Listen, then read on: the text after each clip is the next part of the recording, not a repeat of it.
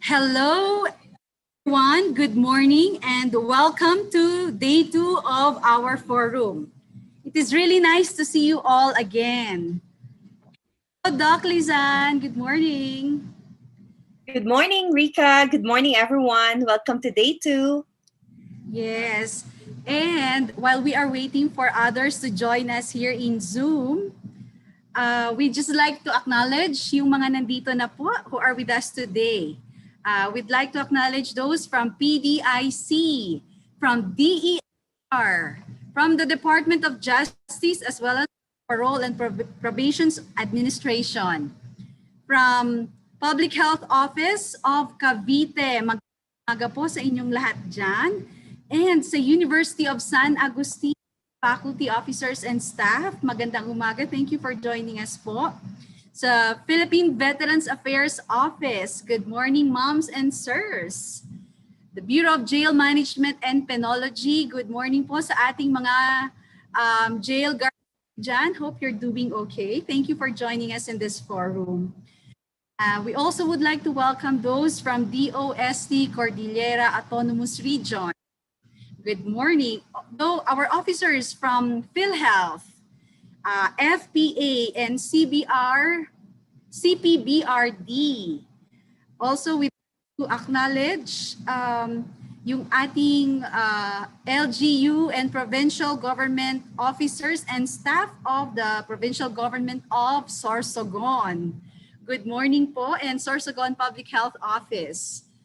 Also, we'd like to acknowledge our friends and fellow leaders of government from the local government of Mandaluyong City. Heard blackout daw po dyan, but thank you because you're still online with us today. Also from the DSWD, from the Commission on Higher Education, our leaders from DCG, good morning po, moms and sirs. We also would like to welcome our faculty and staff and leaders from the Bukidnon University. Ma'am, maayong adlaw sa inyuhang tanan diha. I hope dili ulan diha karon. Kay diri sa Tagaytay it's sunny and the weather is really great. Sa PHIC, sa National Printing Office, and also CSC Region 10. Maayong adlaw po sa inyuhang tanan diha, ma'am and sirs. And also, buenos días a todos con el mga empleado del Marina, Zamboanga City. Muchísimas gracias for joining us today here, moms and sirs. So, while we are waiting for the others to join us here in Zoom, there are also others who are still, who are with us today via YouTube. So, thank you po. Maraming salamat sa ating mga YouTube viewers. And live stream are here with us since yesterday until today. Most of you have been with us since yesterday and meron din po ngayon lang araw nag-join sa atin. We welcome you all to the second day forum. Now let us watch a video about Government Quality Management Program. Let's watch this.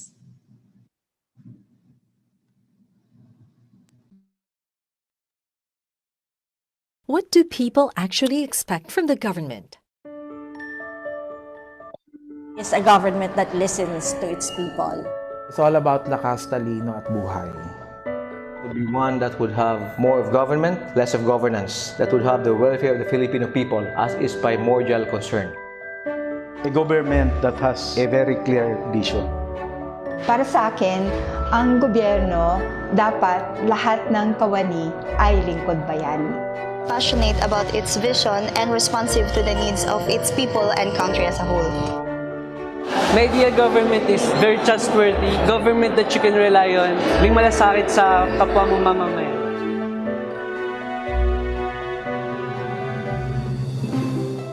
Ambisyon Natin 2040 reflects these expectations of the Filipino people through this collective long-term vision for the Philippines. To achieve this vision, the government has to step up to improve services geared towards the people.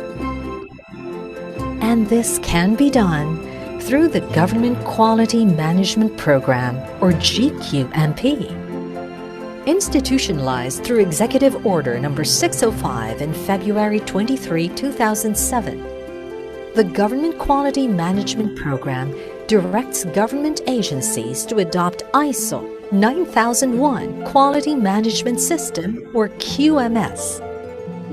GQMP aims to strengthen the institutional capacities of public sector organizations in delivering citizen-focused public services and implement international standards-based QMS.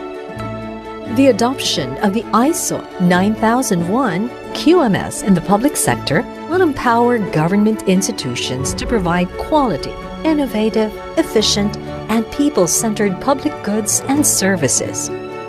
Create an enabling environment for the business sector to sustain economic growth, deliver quality health care for Filipinos, and provide quality education to prepare the youth for the future. Over the years, the program, through the Development Academy of the Philippines, or DAP, has been strengthening institutional capacities of public sector organizations in delivering citizen-focused public services through the implementation of the international standards-based QMS. Government agencies which had implemented ISO 9001 QMS attest to the benefits of the standard. The mandate of DepEd Mandaluyong is to deliver quality basic education services to all of the 23 schools in the city. True to its mandate, we have ensured that we will be certified to a quality management system such as ISO 9001 2015. Before QMS, yung PSA kasi came from 4 different agencies. So you can just imagine anong culture ang dala-dala ng bawat isa. So with QMS, there's this sort of unifying effort kasi now we have one system, one process that everybody should follow. So it helps us be more productive, be more conscious in customer service. Isang klaro sa amin. Yung pagiging more conscious about satisfying yung customer. But now we are looking also at certain KPIs na nagpo-promote ng comfort level ng mga customers namin. Kumusta ba yung cleanliness namin, timeliness, even yung temperature, we monitor it. Kasi nga, dapat maging comfortable yung customer. These are part of good things coming from QMS. Sa healthcare, walang room for error. Kasi pag nagkamali ka, napakalaki ng impact. Ang quality, ang pinaka-core dapat ng lahat ng trabaho at operation sa ospital. Nagiging ingrained sa lahat ng empleyado namin. Pagpasok pa lang ng pasyente, paghiga niya sa kama, pag-deliver ng services at paglabas. Kalidad yun ng serbisyo.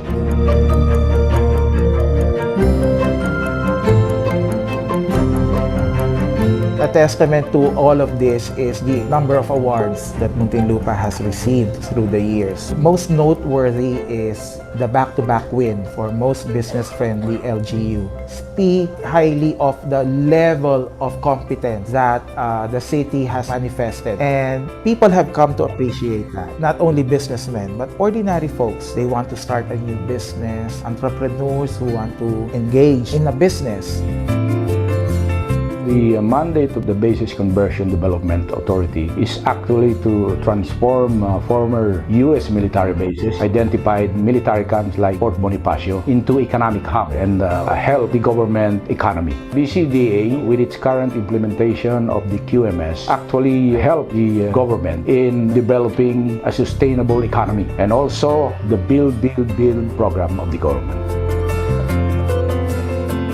For any quality management system, it's very important to monitor what your customers are saying. So, yung customer satisfaction surveys namin, so far, with the implementation of our quality management system, the customer satisfaction is quite high. Actually, we average even above 95% of our customers being satisfied with the extra mile that we provide, their experience.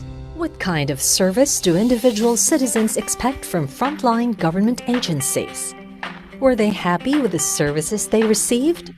Through a nationwide citizen satisfaction survey in 2018, frontline government services received an overall rating of 8.37, where 10 is the most satisfied.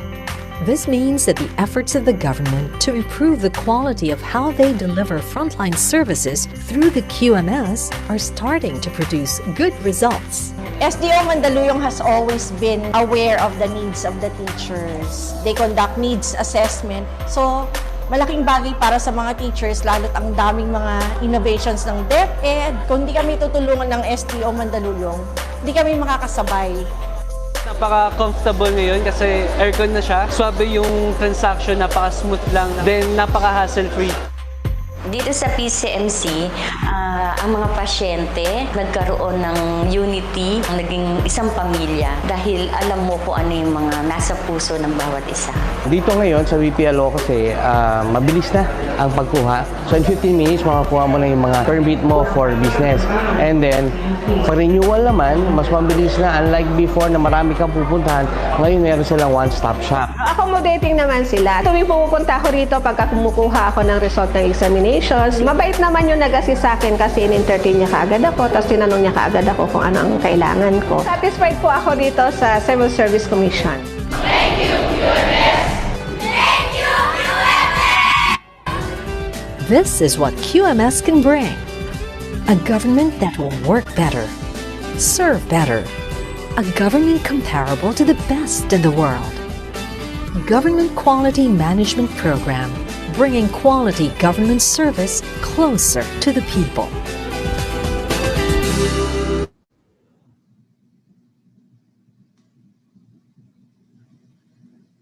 We also would like to acknowledge our participants from USTP, from the PNP Laboratory. Good morning po sa inyong lahat dyan, sa ating mga police officers.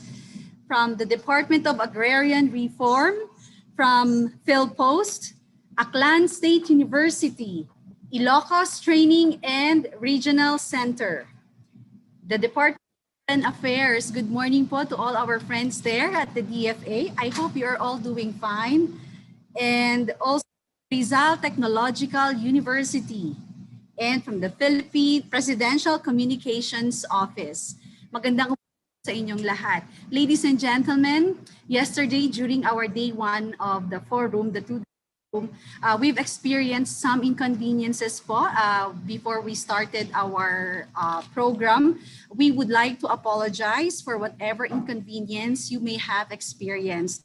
Rest assured po that we are trying our best to improve the process of this webinar.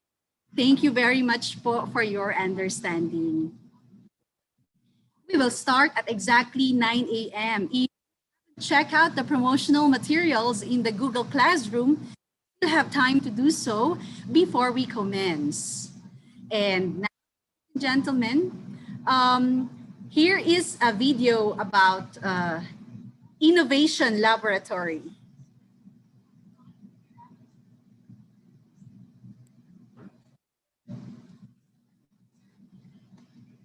But before that, we would like to request everyone that while we are waiting, we request you to please check the audio and video functions of your equipment or device.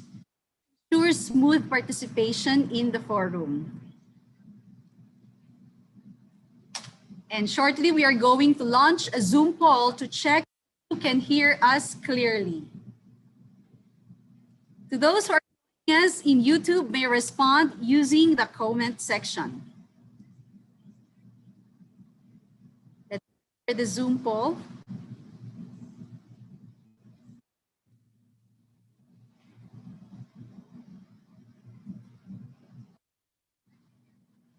Okay, on screen, we have an audio check in progress. There's a question, can you hear us well? Please answer the question. Thank you.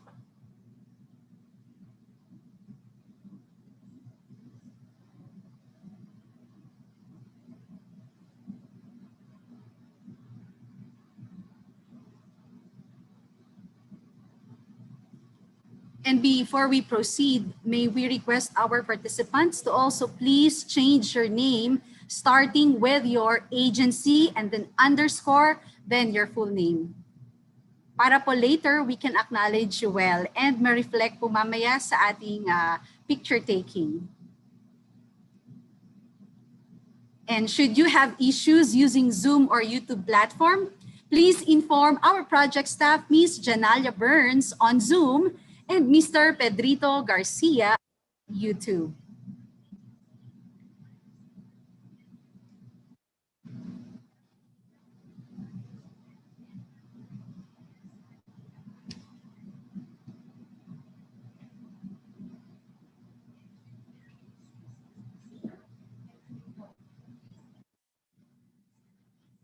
The poll has ended and maraming salamat po sa inyong responses. There's another poll screen now. We can see for those who have not yet responded to the first poll that we conducted earlier. Thank you for all your responses. If you want to use your photos on social media, please use the hashtag GQMP2020. Hashtag GQMP2020 when you upload your photo. And to access the presentation materials and speakers' profiles, you may view them in the Google Classroom.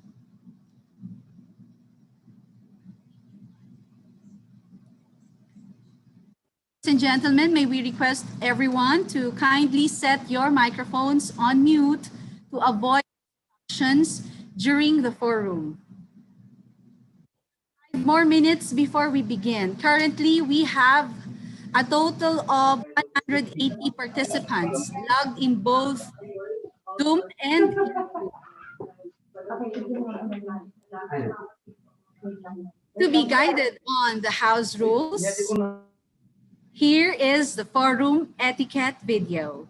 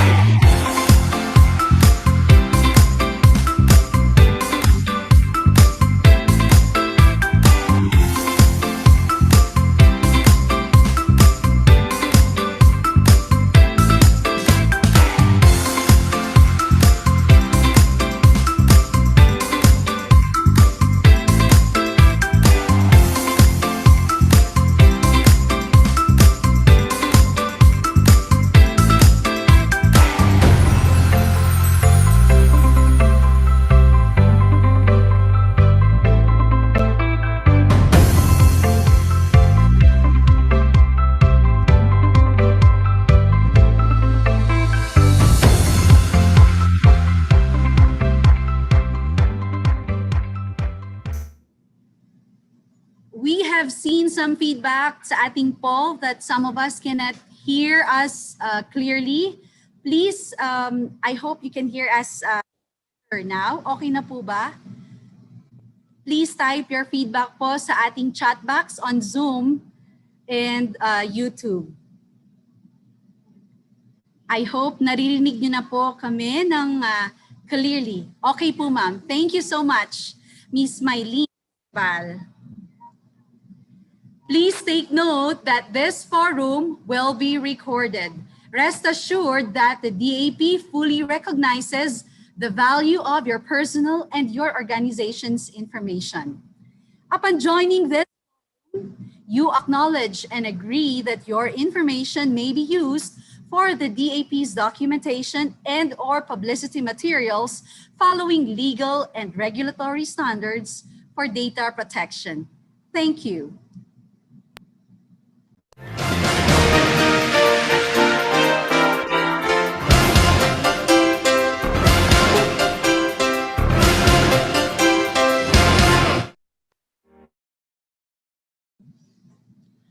Welcome to the public sector quality and productivity improvement forum. Today, we will continue the discussions and presentations from yesterday. To start, may we request everyone to have a moment of silence for the doxology.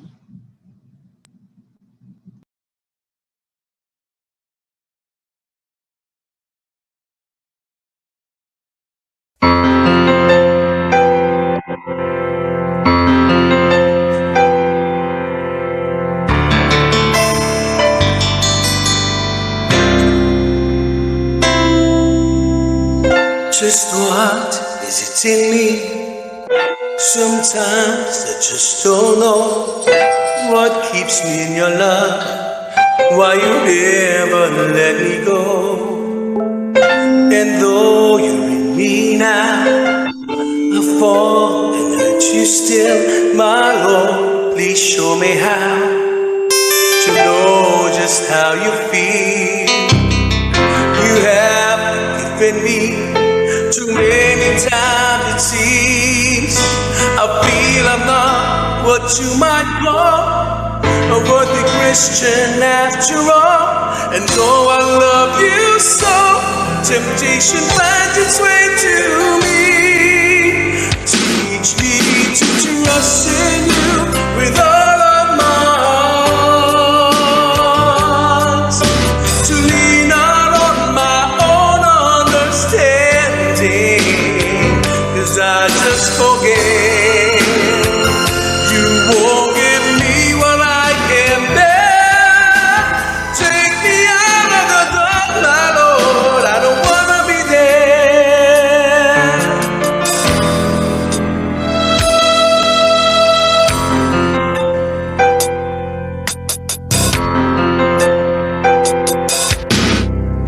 You never left my side.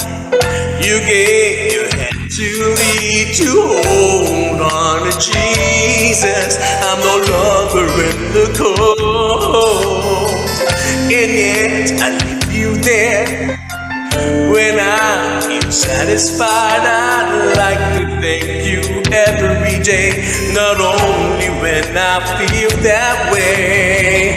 I've lived no man who gave his life for sinners like me, and yet because he loves us so, he's promised us eternity, and we can have the promise and be his. Be a faith and just believe. Teach us to trust in you with all of our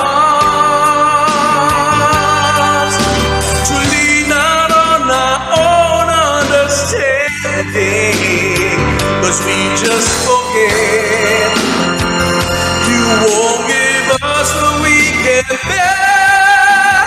Take us out of the dark, my Lord, 'cause we don't wanna be alone. Take us out of the dark, my Lord, we don't wanna be there. No, my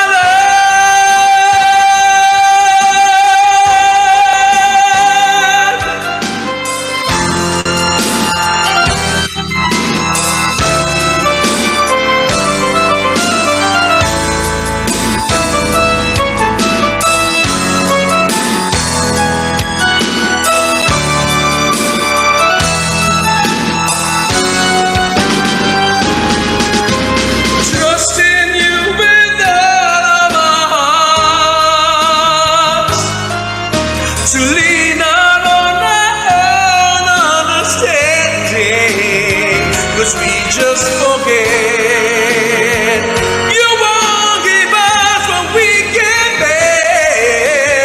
Take us out of the dark, my Lord, 'cause we don't wanna be alone.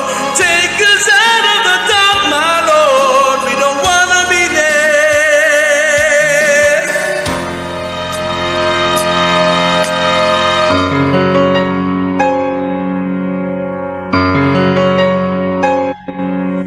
May the glory of God all be yours.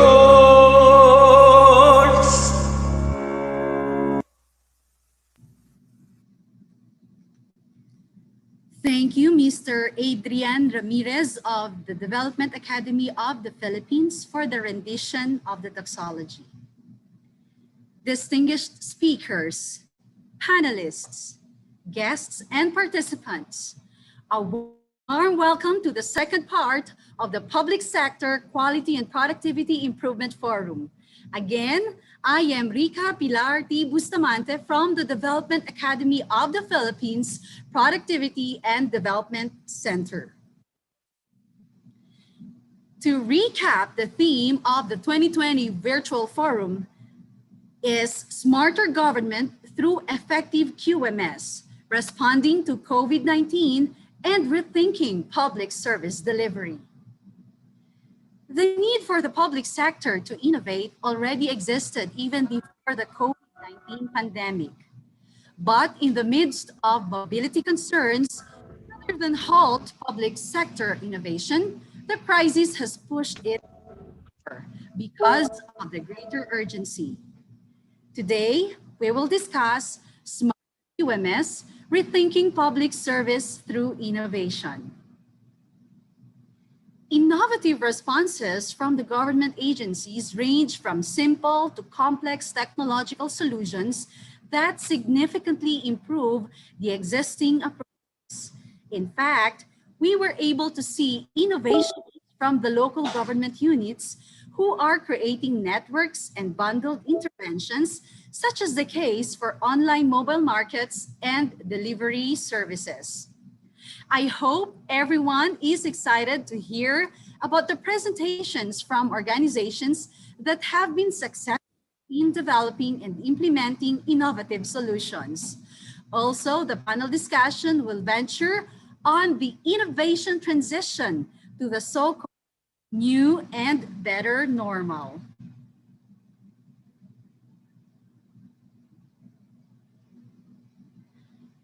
Our moderator for the Q&A and panel discussion will still be the DAP Senior Vice President and Graduate School of Public and Development Management Dean, Dr. Lizanne E. Kalina. She will also give the synthesis at the end of the discussions. To start off, the first presentation is about innovating QMS through contactless public service, PHPay and Progresivo, a program by the Department of Information and Communications Technology, or DICT. Government agencies that offer direct services to citizens will no longer have to worry about payment methods for the services they offer through the iGovPhil's online payment system. We have with us today the Director of Government Digital Transformation Bureau and Management Information Systems Service of the Department of Information and Communications Technology. Her expertise is on information system strategic planning and IS architecture design, ICT projects implementation and management, both in government and the private sector, and business development for financial services, selling of IT solutions, and in client management. She is a BH Industrial Engineering graduate from the University of the Philippines, Diliman. Ladies and gentlemen, please welcome our speaker, Ms. Aida C. Yuvienko. Please give her a virtual clap.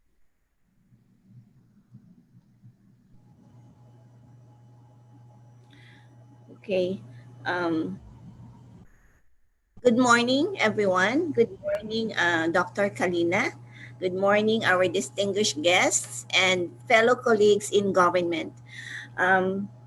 First, I would like to correct, I'm not a director for Government Digital Transformation Bureau, but I am the director for the Management Information System Services of the DICT. Okay. First, I would like to congratulate the DAP management and staff for the success of the Public Sector Quality and Productivity Management Improvement Forum. Second, I would like to thank DAP for inviting me to contribute as speaker in this very timely forum. This morning, I am to talk on the topic Innovating QMS through Contactless public service, PHP, and Progresivo. So let me just pull up my presentation.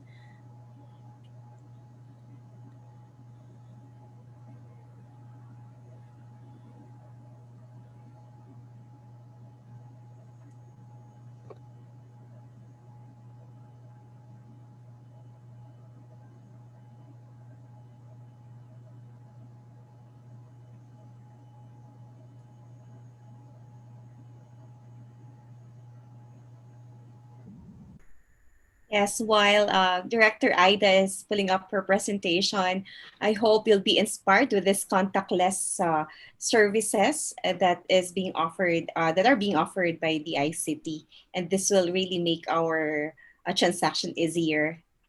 So, are you okay, Ma'am Ida? Yes. All Okay. right. So let me just go through the presentation outline. After a short discussion, I will discuss briefly as a background the National Government Portal, or NGP, and the Government Common Platform, on which the NGP and the PHP are envisioned to run. Then I will share the rationale for the NGP and the PHP, its conceptual framework, the stakeholders, and where we are now in the project.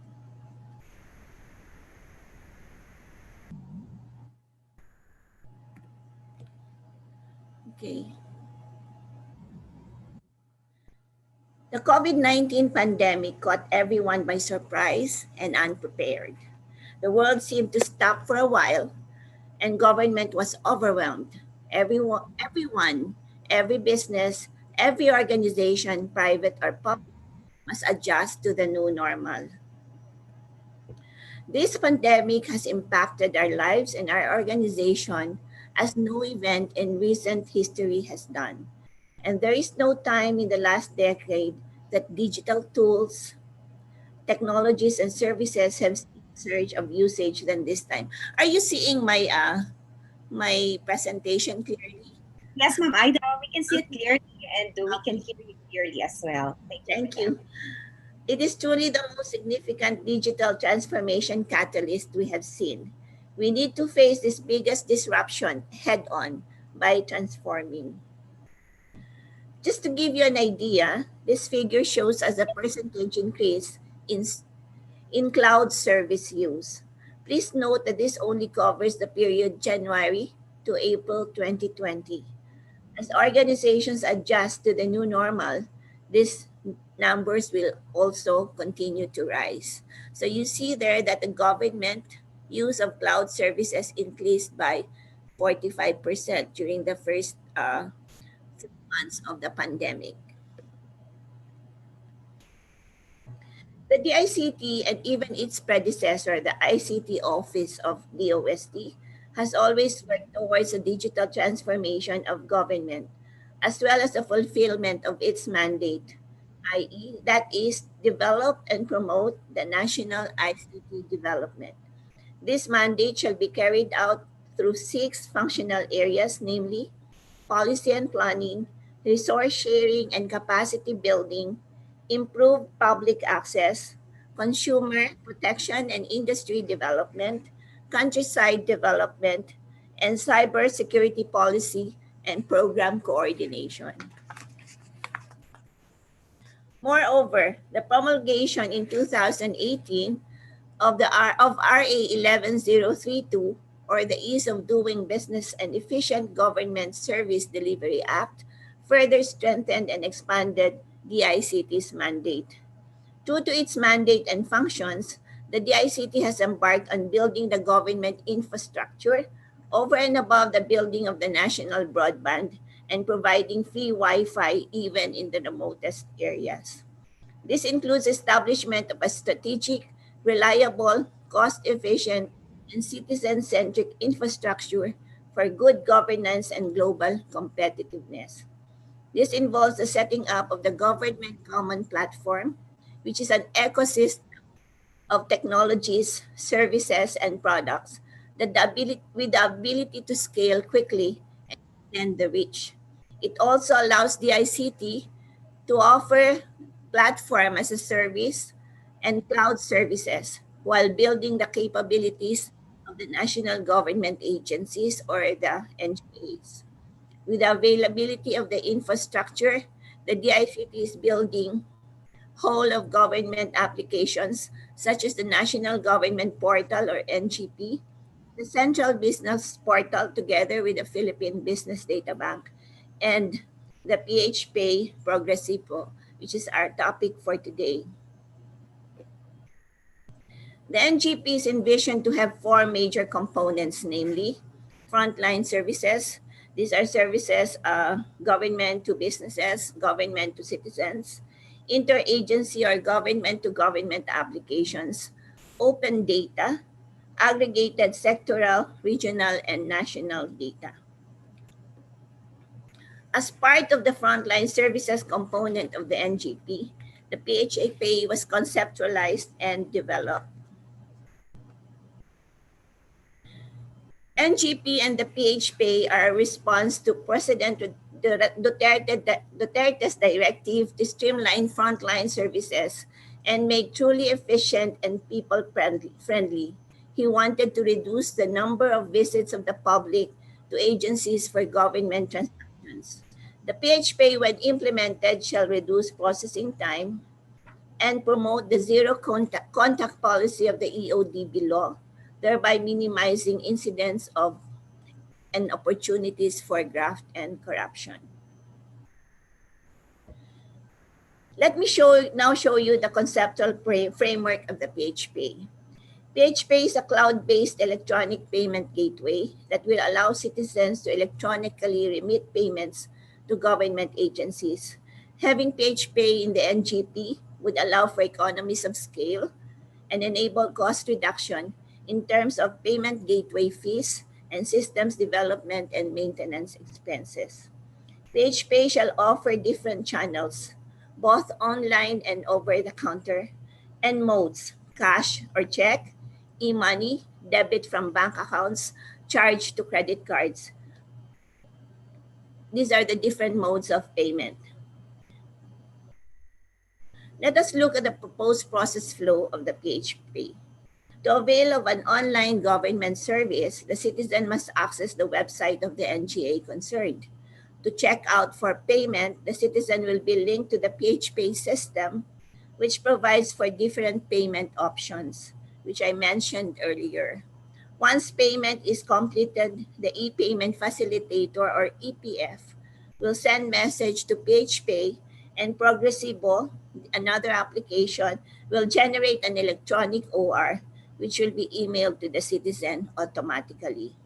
Please note that EPFs may be accredited OTC non-bank or bank facility, banks via the NPRS, which is now PesoPay or InstaPay, or e-money issuers, which may be GCash, PayMaya.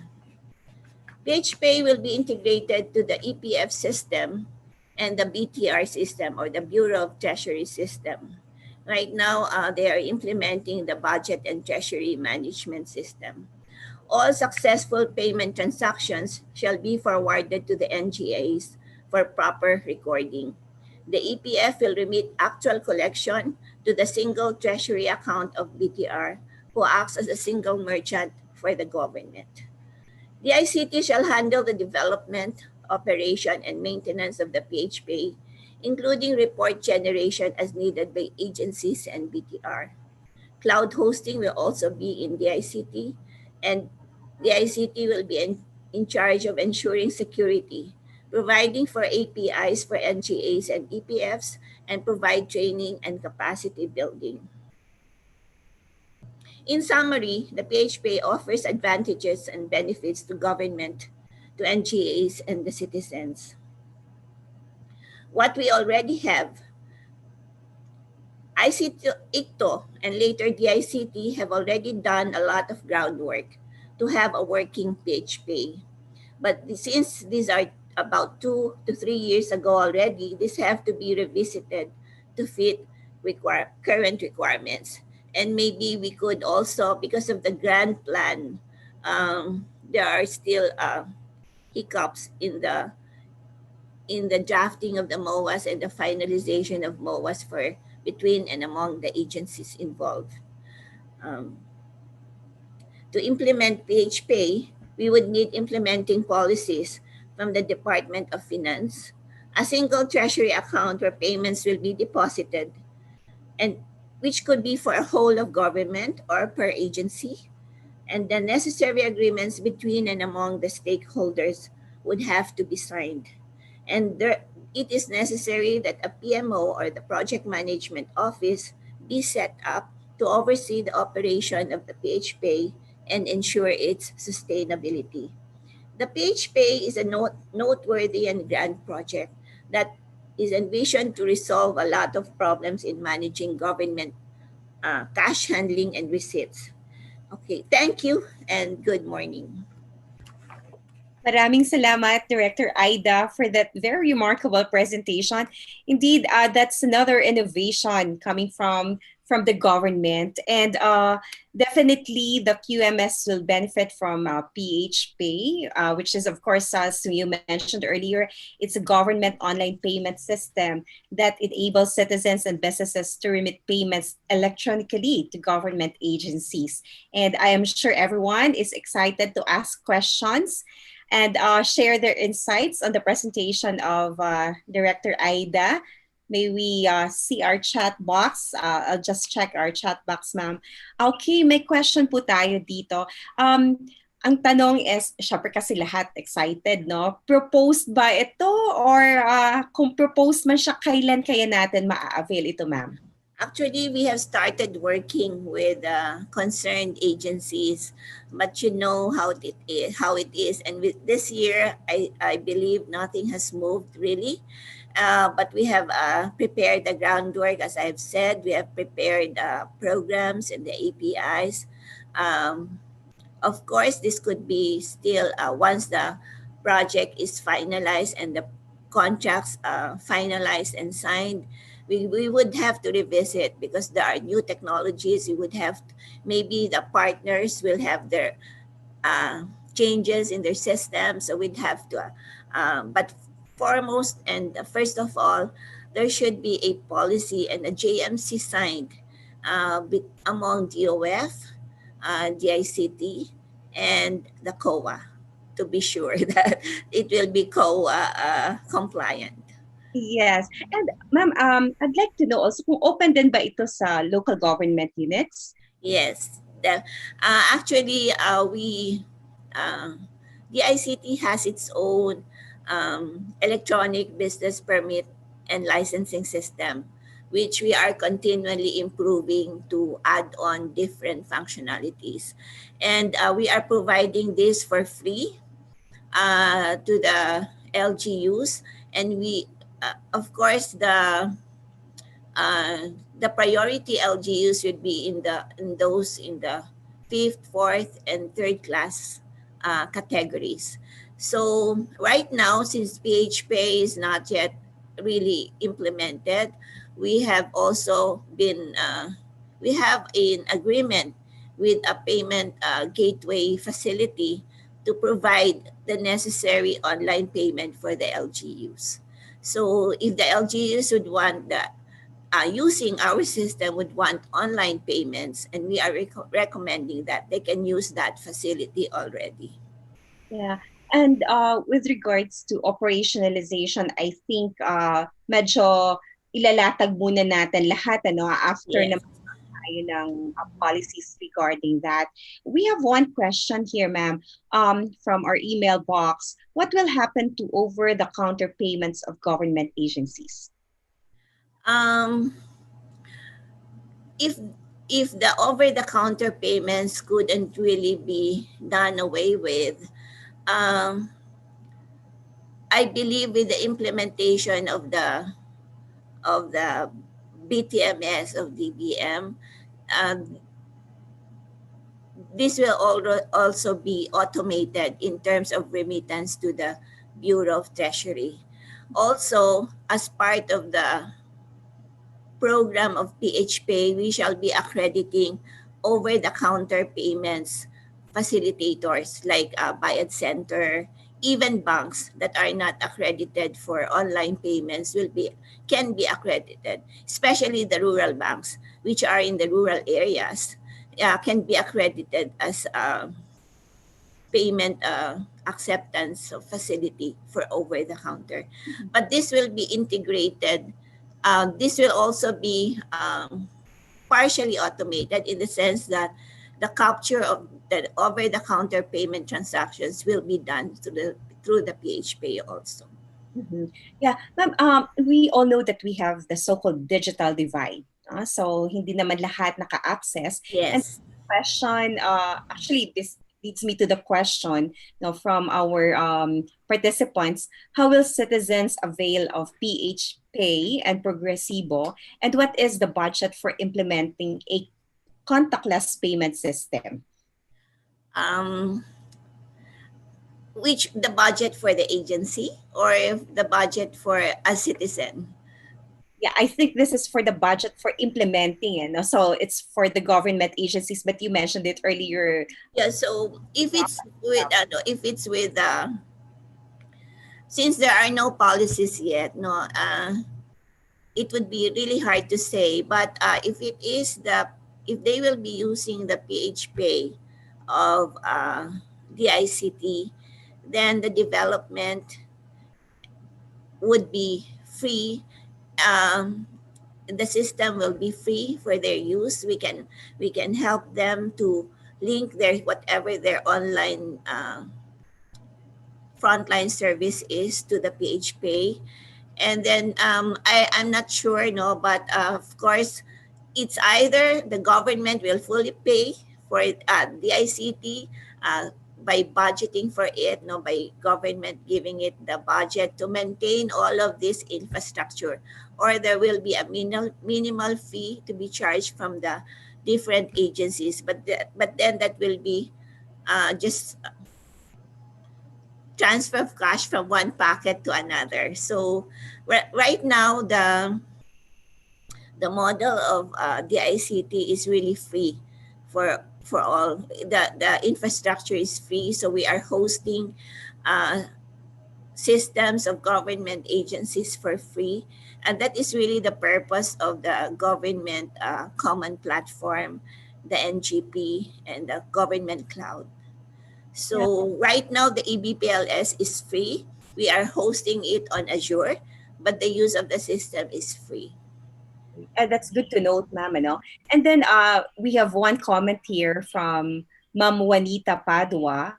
Ang sabi niya, maybe it can be prototyped first in highly urbanized areas rather than the third to fifth class LGUs where connectivity is weakest. No?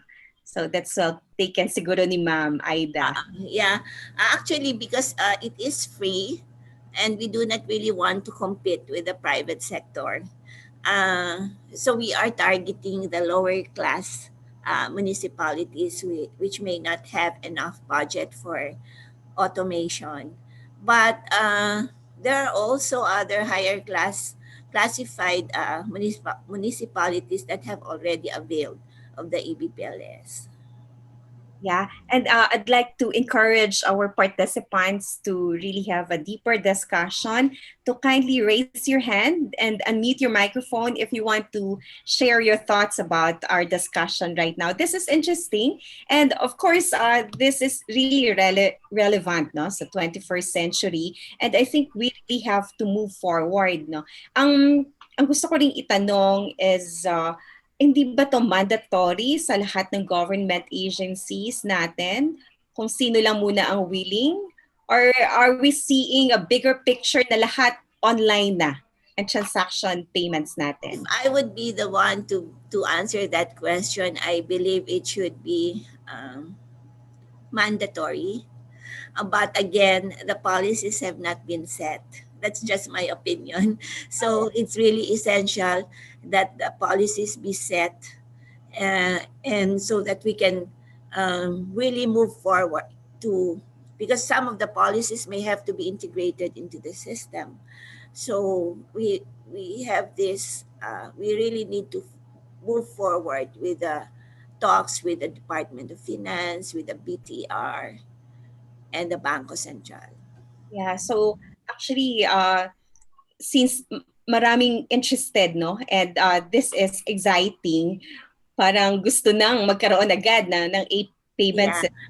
Actually, yes. Actually, when before the pandemic, no, before March 16, I was able to attend a meeting with government financial institutions. It was led by BSP, talking about or reopening the talks on this PHP.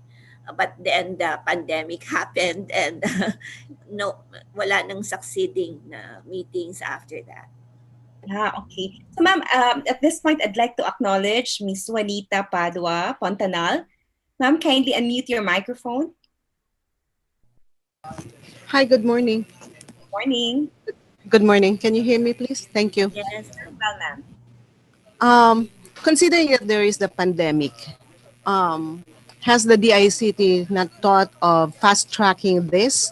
Because we really need this right now. But the proposal for a PH pay wherein the people would still go to the bank to pay would be counter to the objective of contactless payments. So that's why I suggested that the prototype should be done in a highly urbanized area where connectivity is not an issue, rather than in third and fifth class municipalities, which would not have the um, the facilities or the connectivity facilities to really encourage this. Yeah, actually, I was talking about the targeting the lower class municipalities. I was referring to the EBPLS. No, but for the PHP, as I said, because the question was if there's an online payment available for the EBPLS. Yes, there is. So for those areas that can go online payments, we have that facility. So for them. No, but for the PHP as a whole of government application, we can target the urbanized cities to be pilot areas. Yeah. For that, Ma'am, Thank you, ma'am. I would like to lead you to the next question. What is the relationship of this NGP to other existing government online platforms? Actually, the NGP or the National Government Portal is envisioned to be the consolidator, to be parang ano siya, parang it's a single point portal for government services. So if there are agencies who already have their online websites, we can link the citizen can now have the option to go directly to the agency's website or to the NGP. So we can link the website of that online agency to the NGP so that if a citizen would like to go to several agencies or would have transactions first with several agencies, hindi na siya paiba-iba pa ng portal. So pwede na siya sa NGP. That's why we also have designed templates for websites for national government agencies, for LGUs. In fact, we have, before the pandemic, we have completed the template for the DOH to be used para mas madali kasi yung aggregation. We have a platform for that na pwede mong ma-aggregate from the lowest unit of the government up to the national level. So, kailangan may template ka, may standards para it's really difficult to set up all of this kasi nga hindi naman siya basta-basta ma-aggregate kung walang or mako-consolidate kung walang standards. And yun. And speaking of yung sinabi kanila ni Miss Juanita, we hindi lang din natutuloy during the pandemic because the ICT has been involved in a lot of projects for the COVID-19. So talagang we have been swamped with requests and we have been directed to be involved in several automation projects for the COVID-19 response. Yeah. So talagang swamped. Yeah. And ma'am, Ngayon, sa 21st century, we want digital innovation to be citizen-centric talaga, no? And there's this question from PRC, no? Kay Sir Armel Mensurado. Ang tanong niya, in the part of the transacting public, can they use the interface without using or paying for the data? Data for what? Data, halimbawa, To kasi access. usually, like yung open data, no, it's free. Kasi part of the NGP would be an open data portal. Yeah, So I think we are, for the payment, yung, di ba, we have load, no? Or meron bang... okay, if yung mga transactions ng government agency na yun, as I said in my presentation or in my talk, we will be providing reports to the government agencies. Yeah. Transactions or files, kung ano yung gusto nila for them to properly record the payment transactions. Yeah, and also siguro ma'am, anywhere you can access, no, you can pay kahit nasa daan ka, you can do Yes.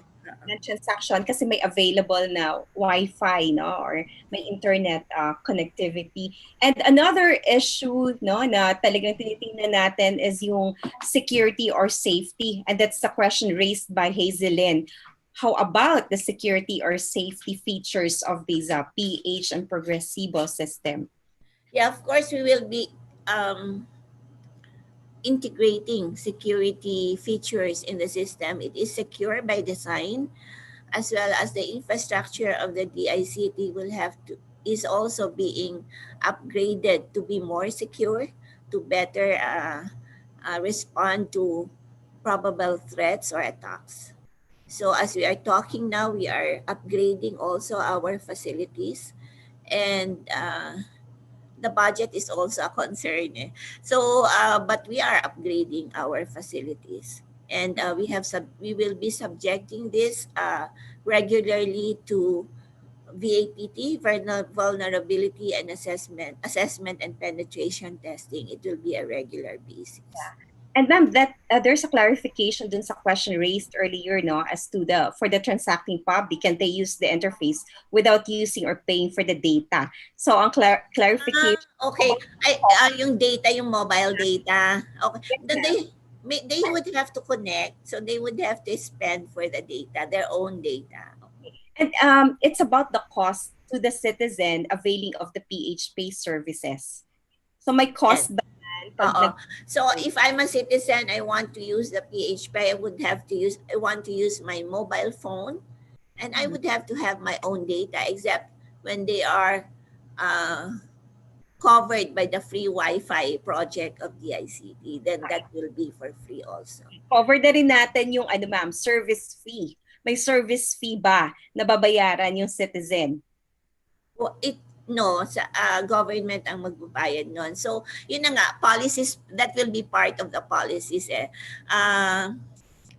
kasi parang yung maintenance ng infrastructure na yun would really be big. No, it's either the government will give the ICT the money to maintain all of this infrastructure, or we charge a subsidized fee to the citizen. Yeah. One last question, ma'am. As we are now pushing for contactless transactions, how is the DICT's public Wi-Fi program doing nowadays? Internet connections in most areas are poor. Yes, we know that. Right now, because just last year, and it's supposed to be completed by early next year, we partnered with UNDP for the remotest areas, satellite connectivity ang gagamitin dito. So we have ang target nila, I believe, would be about 10,000 sites na ma-up ng UNDP. Ito yung kino-cover nito are the remotest areas. Doon naman sa yung ibang areas naman, we have this common. Ang problema rin kasi is yung towers, the number of cell towers that the private sector, mobile or telecommunication companies are able to provide. So we have also that project, the Common Tower project, wherein there will be contractors to set up the common tower, and then the different telecommunications agencies will just have to rent this tower. So we have completed, I think, the accreditation for the building of this accreditation for contractors to build these common towers. Yeah. So that would add more towers, and of course, connectivity will be better. Okay, so this is a moving initiative from the ICT. And of course, as mentioned earlier by Director Aida, we have to craft the policies and also we have to take a look into the system as well. So lahat to sabay-sabay, and we will update our fellow Filipinos about this initiative from the ICT. Maraming salamat, Ma'am Aida. I hope you can still stay with us kasi meron pa tayong discussion later on. Thank you. Thank you so much, Dr. Kalina. Okay. Over to you, Rika. Thank you, Dr. Lizan, and thank you, Director Yubienko, for a very engaging discussion. First presentation pa lang po yan, and we still have 2 more presentations. Maraming salamat po for those who participated in the Q&A. For the next presentation, we will discuss the Philippines' transportation system modernization as a way to respond to the COVID-19 crisis and increase productivity. This modernization project of the government is one of the facets of improving mass transportation and one of the most hotly debated. In 2018, the Department of Transportation, or DOTR, was conferred the ISO 9001:2015 certification for quality management system covering its procurement process through public bidding. To DOTR, innovation is more than just introducing technology. More so, it means realigning goals to the vision of a better Philippines for all. It meant shifting the process and system paradigms, letting innovation start from the ground up, from the grassroots or the people that will be affected the most. It means talking about the common Filipino and what his needs are. In the context of QMS, it is being customer or citizen focused. We will learn how the program was rolled out from one of the main proponents, who is our speaker for today. He is a transport planning specialist of the Department of Transportation. He provides oversight functions over all road transport and infrastructure policies, programs, and projects. He is program manager for the Public Utility Vehicle, or PUV, modernization program. Our speaker is an incoming Doctor of Philosophy in Planning candidate in the University of Auckland, New Zealand, specializing in public transportation planning, climate change mitigation, and active transport. A young professional in the transportation sector with work experiences in Philippine government agencies and in international non-government organizations in Asia. He has proven his ability in conceptualizing and implementing transportation-related policies, programs, and projects in the ASEAN region. Ladies and gentlemen, let us all welcome one of the transport planning specialists we have at the Department of Transportation, Mr. Jomir Pontawe. Thank you very much for the introduction. Allow me to share my screen, and of course to all the speakers of today's forum, distinguished guests and moderators, my fellow servants in the government, and of course my fellow commuters. Isang napakagandang umaga po sa ating lahat. Before I start, I would just like to confirm if everyone can see the screen po. Yeah, we can see it from our end. Thank you very much. So on behalf of Secretary Arthur Tugade and Assistant Secretary Mark Steven Pastor of the DOTR Road Sector, I am very humbled today to represent DOTR and discuss the Philippine Transportation Modernization System as a way to respond to the COVID-19 crisis and increase productivity. And during the discussion, I hope to impart the initiatives of the DOTR. Specifically, I will be focusing on the DOTR road sector initiatives, on how we are working to improve and reform the transportation system amid the COVID-19 pandemic. So we all know that when we had the various community quarantine levels put in place in March, the backbone of the public transportation system was also halted and prohibited operations. And we all know that public transportation remains to be the backbone to keep the economy moving, both in terms of moving people and moving goods. The DOTR has worked on several initiatives and continues to innovate to provide safe and efficient transportation services for the public.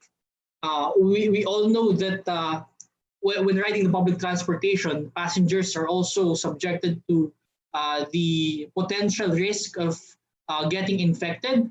So when we were planning for the resumption of public transportation, we focused our initiatives on achieving these objectives, primarily the provision of safe, efficient, environment-friendly, and convenient transportation services. Of course, sorry to interrupt you. Sorry. Put your presentation in full screen so that it will be good Okay. for everyone. They can see it properly. Thank you for that. Okay. Is this better? Yes, that's right. Okay, thank you. As I've mentioned, when we were planning for the resumption of public transportation late in May, we were following these objectives, primarily the provision, of course, of safe, efficient, environment-friendly, and convenient transportation services all across the country.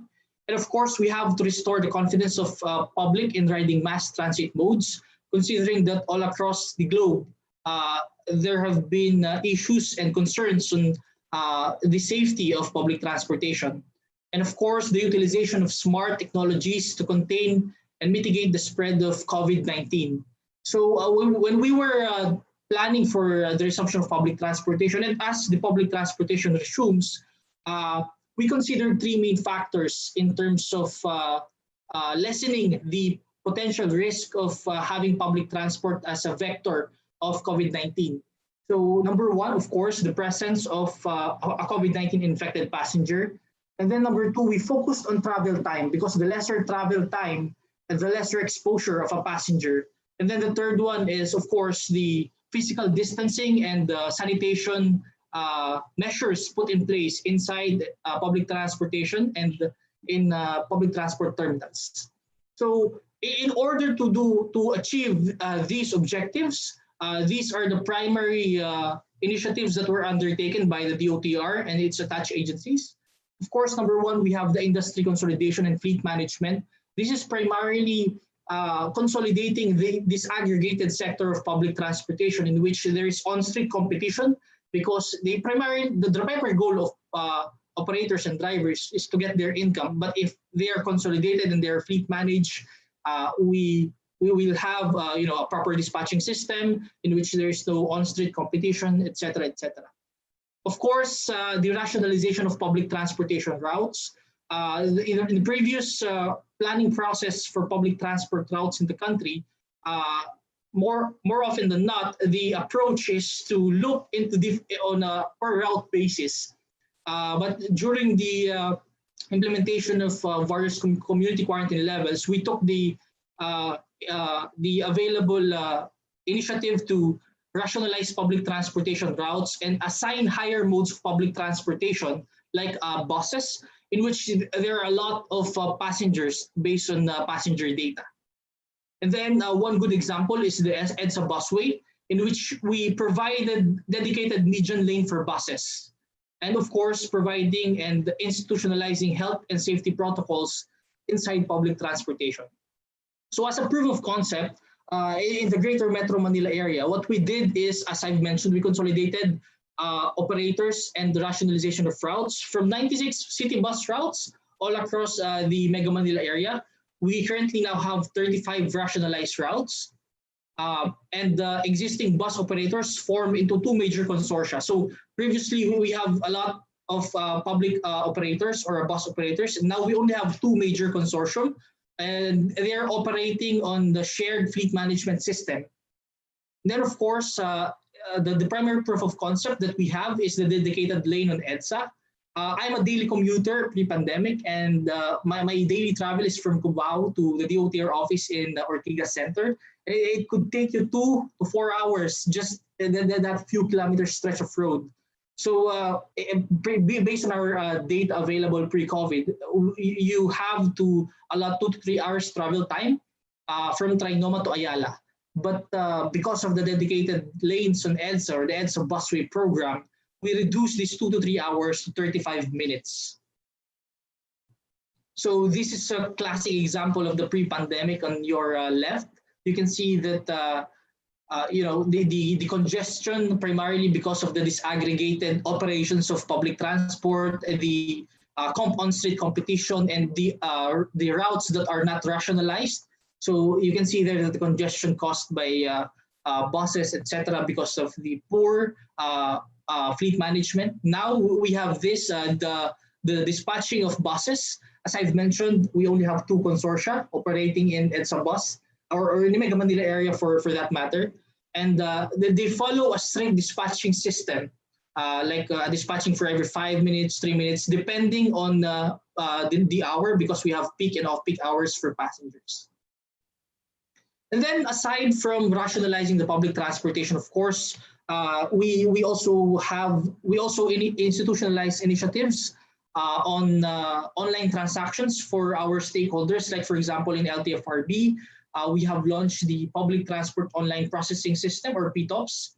Our operators and drivers and other stakeholders like franchise applicants can do franchise verification, confirmation of units, application for special permits, the issuance of or extension of provisional authorities, consolidation of CPCs, the application for the extension of validity of CPCs, registration, dropping a substitution, and other transactions in LTFRB. We've highlighted the how they can apply and do these transactions online, and we institutionalize these processes so that we can limit the face-to-face transactions in our government offices.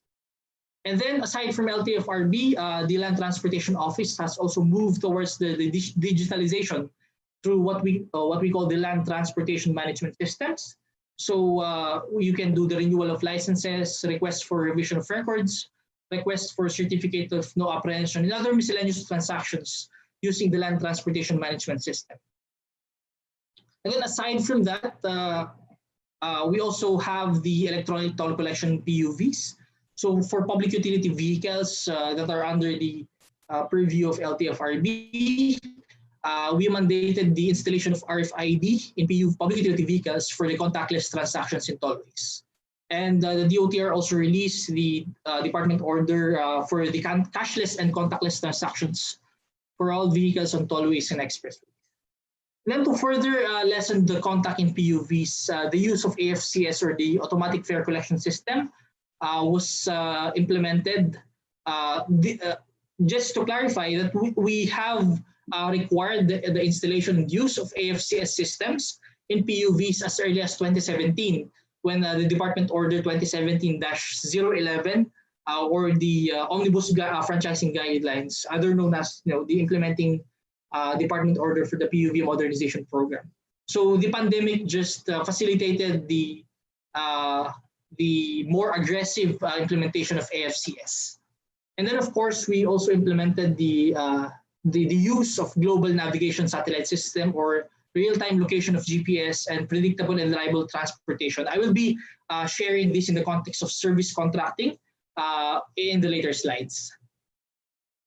And as I've mentioned, under the Bayanihan to Recover as One Act, we were given around 5.58 billion to implement service contracting program. So basically, the service contracting program primary objective is to ensure efficient, safe, and financially viable operations of public transportation under these unusual circumstances. So what we do is that we pay PUV operators and PUV drivers on a per kilometer basis, so that they will no longer rely on the fare collection And regardless of the number of passengers in a specific route, we can ensure that PUVs will still operate because we are paying them on a per kilometer basis. So on top of the fare collection from the passengers, they will get relatively a partially subsidized of a service contracting program in which they will get a certain amount depending on the number of kilometers they traveled per day. And we also have a merit and demerit scheme and additional incentives for those drivers and operators with no violations under their contracts. The main objectives of the program is, of course, to provide financial support to transport workers. So we all know that for several months there have been no operations of public transportation. So now that they will be operating again, we provided financial support to PUV operators and drivers as well. And then, of course, we want to ensure efficient and safe operations of public transportation. The usual reason for overloading is, aside from the high volume of passengers, of course, is the number of passengers. The higher the passenger equates to higher income for PUV operators and drivers. So in order to ensure the safe operations and physical distancing inside PUVs, through the service contracting program, the department and its attached agencies are providing additional incentives to our stakeholders. And of course, to support the mobility requirements of frontline healthcare workers by providing free rides. Under the service contracting program, if you are a frontline worker or a healthcare worker, you will no longer have to pay for your fare. So that's the presentation, and thank you very much. Okay, very comprehensive presentation. Actually, ito pa yung isang pinaka-interesting na topic na gustong i-discuss na lahat. And of course, they want to get updates from the Department of Transportation. So ngayon, Sir Jomar, thank you for, madami tayong mga tanong. And here, ang una is, what are the control mechanisms from the outsourced services under the Transportation Modernization Program? For the outsource po, are we talking about the service contracting? Because this is a different program under Bayanihan 2. But yes, we have a systems manager in place for the service contracting program. This means that all our PUV drivers and operators that are currently under service contracts in the department and LTFRB are monitored by a centralized monitoring system and service provider. So we monitor their daily operations. Where are they? Their speed, the number of passengers, the contact tracing, the number of kilometers traveled. So we have a centralized scheme, and we've provided initial subsidy to all the PUV operators and drivers under the program so that they can buy their mobile phones. So it's like TNVS, the Grab, and the Uber before. So we can monitor their daily operations through the mobile devices. And we also have a mobile application put in place so that we can monitor the daily operations. And as I mentioned, we have merit and demerit scheme. So we have, on top of the per kilometer payment for PUV drivers and operators, we have additional and a reduction depending on their compliance with the KPIs set in their individual contracts. Yes, we continue to receive questions from our email boxes, and then from YouTube din. Andito sa chat box natin. Ang isa kong gusto actually itanong, pag nag-modernize ba tayo, pag galing ako sa terminal, for example, masasabi ko na in 15 minutes, nandun na ako sa area of destination ko. We're talking about efficiency and effectiveness of our transport system. May expect ba natin yan if we modernize our transportation system? Yes, ma'am. Actually po, under the route rationalization program of the department, which is currently ongoing. It was supposed to be finished around November, but because of the pandemic po, of course, we have to stop the surveys, etc. Under the one of the outputs po of the route rationalization is to come up with a specific service plan per route. The service plans would depend on the number of passengers, the number of PUVs operating on that route. And we can expect that these service plans will determine yung ilang minutes po ba dapat every time may dumadaan. That would depend kasi on the passenger characteristic the passenger demand and the trip patterns in that certain route. So it would, yes, number one, there will be, because aside from the service plans, meron po tayong requirement na each PUV operator should have a fleet management system. So yung fleet management po na yun, yung po yung nagdi-dispatch ng mga sasakyan on a regular basis. So hindi na lang siya yung lalabas ka, maghihintay ka. It would depend on the driver or operator. Now, under the PUV modernization, it will be a requirement talaga to have that, to implement that service plan per route. But it would depend po talaga dun sa ruta. Hindi pwedeng 5 minutes lahat sa isang ruta, sa ruta na konti lang yung passenger. So it will be a per route basis. If we have, say, 300 routes in the MUSEP area, we will have 300 individual service plans po. Mhm. Yeah, so yun yung transport time, no, na ini-expect talaga natin na maging efficient and effective. May tanong pa po tayo from OMB, Ma'am Lynn Gonzalez, no? Can the DOTR intervene in the RFID automatic loading system to update the load of clients real time? Because based on her observation, no, when you load your RFID, you have to wait for at least 10 hours before the load will be reflected, thus causing delay in the travel. Most of the time, it causes payment rejection, which results in heavy traffic at toll gates. Yes, ma'am. Isa po yan sa mga pinaka-minor discussions ngayon. Actually, if I may share, supposedly it will be ASEC Steve Pastor who will join this event. But yun po yung meeting nila ngayon is about the RFID talaga. So we are doing, we are actually intervening to our toll operators, and they are, kumbaga, tumutulong naman po sila, and they committed to fix the tollway systems para po maayos yung mga gatong problema. Yeah, very timely. Ma'am Lynn Gonzalez, no, from OMB. Another question is on, from our YouTube chat box. This is from Karen Resurrection. Has the DOTR conducted an assessment of transport demand in Metro Manila under the GCQ situation?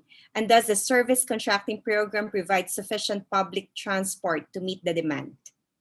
That's a very good question po, no? In a transport planning perspective, what we actually have is the data on 2014-2015 MUSEP model, or the Mega Manila Area Model. And then it was updated by JICA and NEDA in 2018. And the results were published in 2019. Yun po yung sinasabi ko kanina, kaya medyo na-delay yung route rationalization natin na ongoing, because we have to adjust to the new normal. We cannot use the data in 2015-16 and updated in 2019 to rationalize the current public transportation system. So yes, the surveys were conducted when ECQ was lifted. So definitely the current routes that we are seeing are based on the passenger demand and the trip patterns of people under the new normal. So yung 35 routes po of buses and the current operationalizing jeepney routes will be adjusted based on the current and ongoing surveys. And of course, we will have projections on that in the next few years. So yes po, we have adjusted the data to consider the new normal, and we are currently doing the projections yung way forward po natin after the new normal. Yeah, another question from our YouTube viewer, Mr. Freddy Lazaro. Pwede ba mag-intervene ang DOTR on the solution of the fare increase issue of the provincial bus company owners before these companies resume their skeleton operations amid COVID-19 pandemic? We actually have, through LTFRB po, an MC or a policy guidance na there will be no fare increase in all public transportation. So if meron po, you can report that to LTFRB, because there is a standing policy direction na wala pong fare increase ngayong pandemic. Kaya we have institutionalized programs, as I've mentioned, under Bayanihan 2 for the service contracting. Meron din po silang cash grant for the operators para hindi po mabigay yung burden of the decreased passengers, etc. to our riding public. So yun po, we have institutionalized programs, and we have them put in place para hindi po tumaas yung papasahin natin. Yeah. Yes, no, yung discussion natin, ang context talaga is COVID-19, di ba? And it facilitated these innovations, no? From that PH pay, online payment, and then you also have that online transaction, no, for the transport system. Anong nakikita natin in the next 18 months, in the next 5 years? Ano yung bigger picture ng modern transport system ng Pilipinas? Yun po talaga, as I've mentioned, the master plan will be the output of the route rationalization.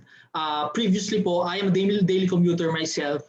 You can see in specific routes, for example, say Commonwealth Avenue, makikita niyo po dun you have the UV Express, you have the jeepneys, you have the buses. Sometimes you have tricycles there operating on a competitive basis. So nag-uunahan yan, makikita niyo you'll have some bottlenecks in areas because of the inefficient public transportation operations. So what we can expect in the next few months or in the next few years is a public transport system na supplemental or nagko-complement po yung operations nila. So for example, your jeepney will complement the operations of the bus, and each route you'll have a fleet management system and a proper dispatching mechanism na wala talagang on-street competition, and an efficient public transport system in which it's safe. The bus stops and the jeepney stops are organized and well identified. There are no on-street terminals or garages, and of course, full implementation po of the digitalization efforts. The increase in the number of transport offices shifting to digital processes as well. Yeah. Itong tanong na to, no, from our participant, also from Ms. Sarah Rosero of DFA, ano din, makarelate din ako dito, no? Ang tanong niya, has the issue on the gap distance from one transport terminal to another transport terminal has been resolved already? Ang situation is that in the partial resumption of work for private and government offices, this has brought several complaints, especially from the commuting public, on the change in the location and the distance that they have to walk to be able to reach the new assigned transport terminal. Ayun po, as mentioned po kasi, we are in a transition phase na when we adjusted the public transportation system in the Mega Manila area and other key areas po in the country, we adjusted on the current public transport demand, which is very much different. Even the trip patterns are very much different pre-COVID. So actually po, ongoing pa talaga yung route rationalization study, and these things will be addressed because, as I've mentioned, the service plans will contain these things. Saan yung stops, saan po yung interconnections niya with other PUV routes, not just buses but jeepneys as well. And well-defined po yung mga intermodal facilities in which these or our passengers and commuters can transfer. And in the longer term po, we are also currently coordinating and working hand in hand with our railway sector para po yung mga railway lines natin ay maging public transport terminals din ng mga road-based like jeepneys, UV Express, and buses. So our railway sector will develop what they call station plazas, and we will be using this as well as transport terminals. So what we're currently seeing po talaga is just or more or less the transition phase. Kaya siguro I can attribute that to personally some birthing pains po. But everything will relatively be better as we go along this implementation of the rationalized routes. Mm-hmm. Yeah, may tanong dito kay Sir Alan de los Reyes. I don't know kung anong province, sir. Can you clarify? You can just write that in our chat box. Ang sabi niya kasi dito, in our province, the capacity of the UV Express is reduced to 50%. However, the fare is doubled, such as from 125 naging 250. Ano yung take na DOTR dito? As I've mentioned po kanina, bawal po ang kahit anong fare increase. You can send us that through your regional office ng LTFRB, or pwede nyo pong ilagay din sa amin or i-email nyo po yung DOTR kasi bawal po yung any fare increase. So just put the name of the operator, which route, and if you have the license number or vehicle information. Because I will repeat po, we have a policy pronouncement na bawal pong magtaas ng pamasahe sa lahat po ng public transportation services natin. Yeah, siguro maybe later on, sir, you can encode that in our chat box, yung link, no, kung saan sila pwedeng tumawag and makapag-articulate ng kanilang concerns. Another question is, ang dami nating tanong. This is very engaging kasi talagang nakaka-relate tayong lahat, ano? From Sir Australia Pahalia of the Department of Labor and Employment, is there statistical data on the incidence of spread on COVID-19 transport industry sector, which may help in innovations for the sector during the pandemic? This can be a good data for policy formulation and project study. At this point po, hindi pa po yun kasama sa data gathering, but we are currently in coordination with JICA to have an analysis as early as late December to early January po yung start. And we will be covering these things as well. Katulad na po are included din po dito yung, for example, dati kung commuter ka, ngayon nagbabike ka na, ganyan. So yung mga ganitong changes in public transportation, syempre, of course, honestly po, na-realign din yung ibang budget, and syempre yung mga ganyang surveys po, hindi natin kayang gawin under various community quarantine levels. But definitely, the department is looking into these things po because, of course, we want to have... Yeah. Sir Jomar, we can't hear you. Parang nag-log si Sir Jomar, no? We have a number of questions posed for Sir Jomar. Okay, siguro balikan natin later on pag hindi agad sign in ulit si... okay, Sir Jomar, are you still there? Yes, sorry po. I just have to... medyo unstable po yung connection. But yeah, I'll just turn off the video for a better sound. Yeah, please continue. Yes, sorry. Hindi ko po alam kung saan ako nag-stop. So... Anyway, yeah, sige. Ang isa pang tanong kasi na ang dami yatang from Quezon City dito, no? What is the status of the subway project and QC? That's from OMB, from Ma'am Lynn Gonzalez. Apologies po. I am from the road sector. I have to defer that question to the rail sector. So we can provide update na lang po if you can leave your email address to the chat box. Oh yeah, that's a good way to communicate, Ma'am Lynn. So just encode your email address here in our chat box, and you can send it privately to Sir Jomar. Another question is on traffic congestion. This is from Frank Gumapon. As we all know, no, because of urbanization, traffic congestion has been a problem in all urban cities. One of the suggestions to decongest traffic is to strengthen public transport system. What is the take of the OTR on this? Definitely po, definitely we agree on that. That's why we have, yung po kasing common notion on PUV modernization is just replacing the old vehicles into the new ones. But the PUV modernization is it's very comprehensive. It has 10 components, one of which is, katulad po ng inulit-ulit ko, is route rationalization. And in the output and main output of route rationalization is to basically have a service plan na talagang hindi mo kailangan manghula kung anong oras dadaan yung sasakyan. And for us to entice car users to shift or to have mode shift po to public transport, we have to make public transportation efficient, adaptable, and it's environment friendly, it's safe, and yung kumbaga hindi mo hulaan kung kailan siya nandyan. So yun po talaga yung main output ng ating route rationalization process and studies. And sadly, medyo na-delay lang po siya dahil sa pandemic. Pero we're expecting po na ma-implement po yung mga outputs niyan by early 2021 because we actually have some of the outputs that are ready for implementation. Yeah, I just want to go back to the question earlier raised by Sir Alan. By the way, he is from Masbate, no? Kasi sinabi niya kanina, sa kanilang province, no? From 125, naging 250.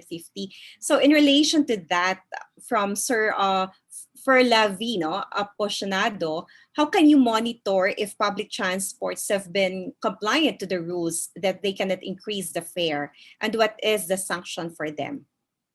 Yes po. Actually po, our LTFRB regional offices are doing field work to check whether or not these PUV operators that are allowed to operate under the community quarantine, different community quarantine levels po, and we to have that or to get feedback from the public as well. So I invite everyone po, kung may mga ganitong issues po tayo, you can actually just call or email LTFRB offices, but be sure lang po na we coordinate with the right regional office. So kung saan po yung ruta, just call any LTFRB office, or you may also email DOTR road sector. I will be putting my email, or the road sector email address po dito sa ating chat box for that matter. Yeah, oo, madaming humihingi ng email address, sir, kasi madaming concerns na i-raise. And this is a very good platform, no? Kasi nagkakaroon tayo ng initial talk, no? Kung paano natin mapapaayos ang ating transport system. And of course, in a part of our democratic values, we need citizen engagement. And I think this is a very good venue for all of us to articulate our interests, kasi lahat tayo ay may concern, no, sa transport system, and we want really to have an efficient transport system wherein safe lahat, no. Yung nakalagay nga sa ating Philippine Development Plan, ang gusto natin ay tahimik, 'di ba? Secured, no, na environment. So transport system na efficient kasama dyan, no, sa ating Philippine Development Plan.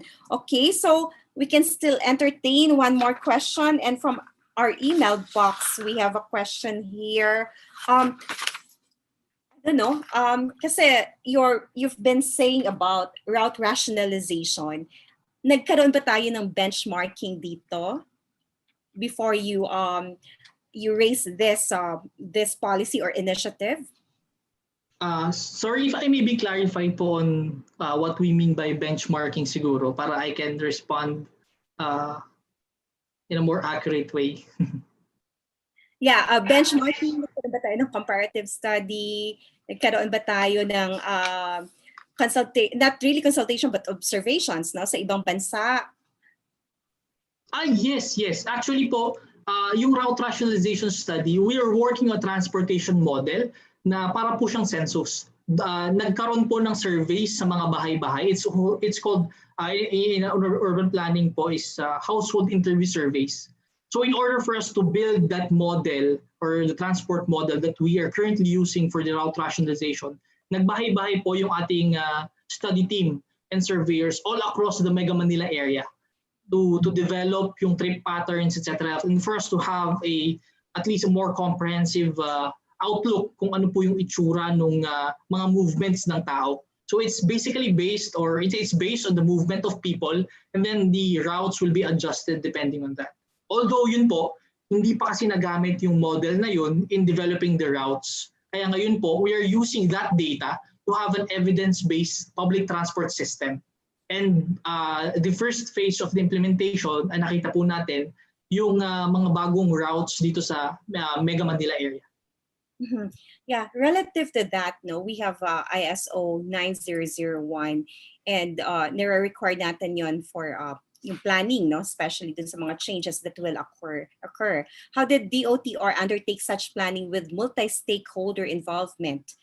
There are many relevant interested parties ba na nag-participate for this? Yes po, definitely. As I've mentioned po, from 2000 or before the PUV modernization was launched, we have year-long planning po for the PUV modernization. Talagang nagkaroon po ng mga stakeholder consultations. We actually had the upper region consultation sa ating mga stakeholders, and we have multiple stakeholders na partners po, both international and yung mga local and other government agencies as well. So tuloy-tuloy po yung mga consultations na nangyayari, and we're actually adjusting our policies and programs based on our stakeholder feedback.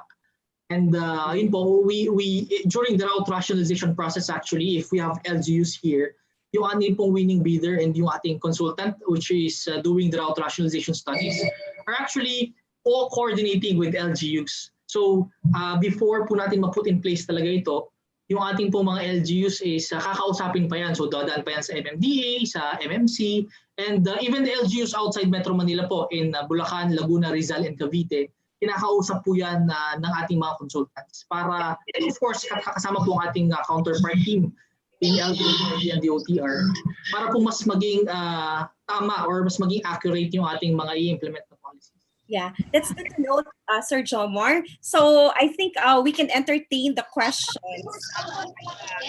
Ito na lang, no? So papadala natin yung mga sagot doon sa mga tanong. So maraming salamat, Sir Jomar.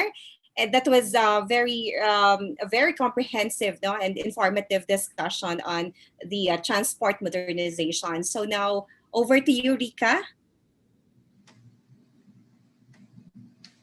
Thank you to our speaker, Sir Jomar of DOTR, and thank you, Dean Lizan, for another, anong tawag natin, how do we describe that exchange of ideas from our participants and our speaker? Nakakatuwa po talaga na makita that our participants are really engaged at tumututok po talaga dito sa ating discussions. Now, ladies and gentlemen, while we await for our third speaker to join us and to log in the Zoom, let's pause for a 15-minute health break.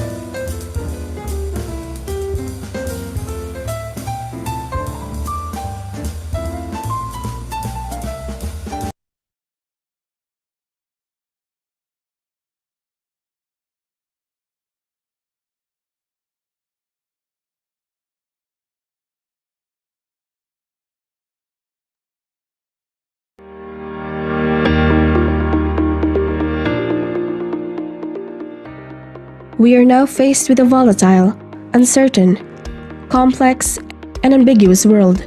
This is the era of disruptive changes, information overload, and lightning-paced developments.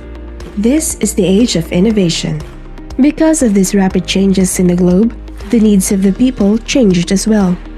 New mindsets were formed as accessibility and online transactions become integral parts of daily lives. Having different platforms of commerce and communication, people have radically shifted to digitization and virtual activities. This radical trend has resulted to an inertia in national development and a widened gap with the government and the general public. Coupled with the diminishing public trust, today's leaders are faced with the greater challenge of bringing the government closer to the people. Innovation is the only way forward. More than just giving what the citizens need, the government should give what the people deserve. Thus, the birth of the Public Sector Productivity Innovation Laboratory has become imperative to equip the public servants with innovative skills as they become part of future-fit organizations. Along with integrity, transparency, accountability, and efficiency, Innovation Laboratory adds a key ingredient in fortifying the pillars of good governance, a new culture of innovation. Hello, my name is Ino, and this is the PSP Innovation Laboratory in the Philippines, one of the country's efforts in preparing the nation through innovation programs in the public sector. We gather small cross-functional teams to collaborate, discuss, and develop new technologies, products, solutions, or programs. We unleash the skill to adapt experimental and innovative methods as the different agencies tackle social, political, and organizational issues. Our main objectives are to enhance citizen satisfaction, improve government efficiency, and strengthen public sector innovation. InnoLab is a venue for knowledge sharing, creative thinking, and discovery of cutting-edge techniques to address public sector productivity. Our role is to create a culture of innovation among public organizations with the ultimate goal of creating a pool of innovators engaging in interagency and sectoral collaborations. InnoLab will be the catalyst of national development through innovation, a venue to stimulate out-of-the-box thinking and the moving force of implementation and scale-up. Innovation Laboratory follows a citizen-centered approach in coming up with innovation initiatives. We call it the co-creation innovation process. Let me show you how this works. Co-creation is really not hard to do. All you need is a group of people gathering together towards a specific objective. Starting with identifying roles and objectives, the innovation challenge was framed. The decision point that we used was to choose an innovation that affects so many customers, and we should do everything to make them comfortable, of less cost on their part, fast and most efficient service. Empathy is a tool that will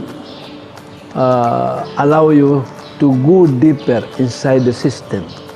Empathy will lead you to frame up an innovation. It will lead you to gather insights and information. And it will also lead you to plan how to implement the solutions that you have in mind. The data gathering process is a complicated phase. Digging deeper does not only allow you to understand the problem, but also makes you understand the pains and gains of the stakeholders. Getting into the data gathering, tapos yung talagang as in naka-immerse ka doon kahit man lang a few hours na nandoon kami sa branch, we're able to see kung ano yung mga dapat na i-improve on our own, yung kung ano yung mga dapat na hinihingi ng members. So we're looking at it at the members' perspective. The birth of an innovative idea comes from the identification of alternative solutions through creativity tools and techniques where wild and crazy ideas are encouraged. Creative thinking actually allowed us to look into ways that rather we would not be able to do in a normal thinking process. We were able to use wild ideas, take inspiration from them, and apply it in our situation that we wouldn't even think would be applicable. Innovation does not stop in the mind. Prototyping is where an innovative idea is being brought to life. I think prototyping is very important, especially in product development or in innovation. The prototyping is the best sample to show our stakeholders that we do understand what they express to us, that they convey to us. And as a response, we made these prototypes. This is just the start, okay? What happens next will depend on you. And implementation is really key in any innovation efforts. We are lucky enough that we have the public sector productivity to make it happen, to make this possible, because they provided us with solutions to unlock this problem that our members, our stakeholders are encountering.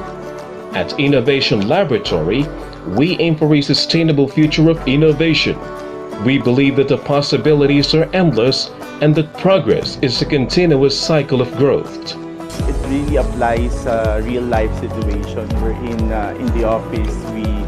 We are really bound by time and pressure. So, pinaka-memorable sa akin are those mga 5 minutes, 10 minutes na activities wherein you have to give your all of your effort. Those ideas with the collaboration, nagiging innovative siya, and it will actually help me. Skill kasi siya na parang mas nakakatulong pa siya sa akin in the future na makakam up ako ng mga better ideas. So parang non-stop thinking and non-stop innovation. I think it's very important because things are changing, specifically when it comes to the EODB law.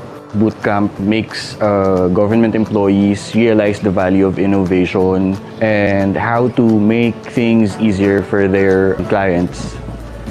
The drive for innovation in the government will prepare our nation as we leap towards the future under a sound governance and future-fit leadership. Join us as we spread the culture of innovation. There is no other time but now.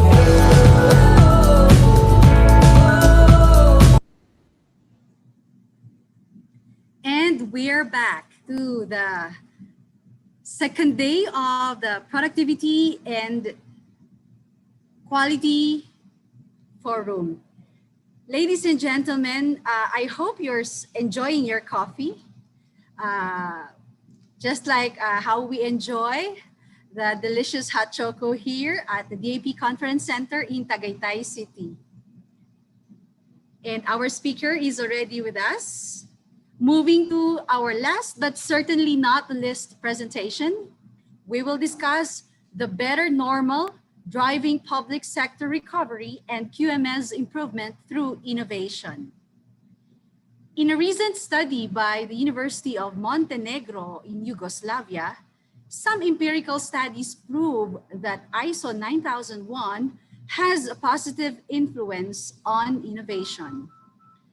The DOSTP Shared is certified to ISO 9001.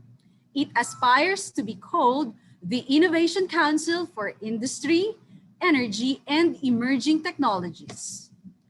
To talk about its vision, we have the Executive Director of the Department of Science and Technology, Philippine Council for Industry, Energy, and Emerging Technology Research and Development, or DOSTP Shared.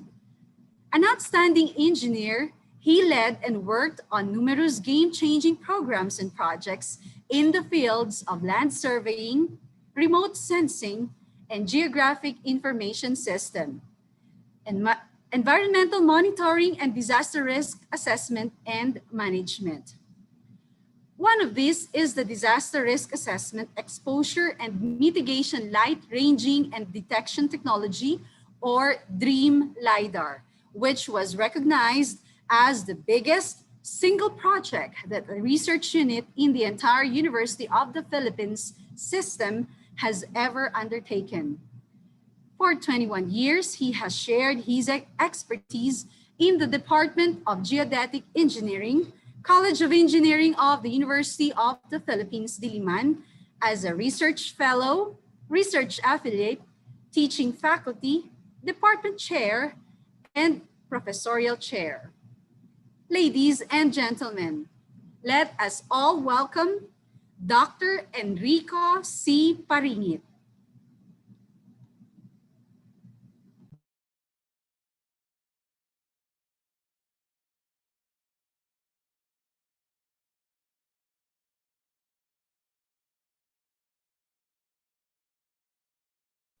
Good morning, Dr. Enrico. Sorry, you're muted, sir. Can you Yes, sorry. Good morning to everyone. I'm just going to share my own set of slides, and then I think gave also a copy to our participants, so I to DAP, so that they can actually also make use. I just updated this just now, but I'll also give a copy. All right. Good morning to everyone. As I was coming in, I was witnessing, or rather viewing the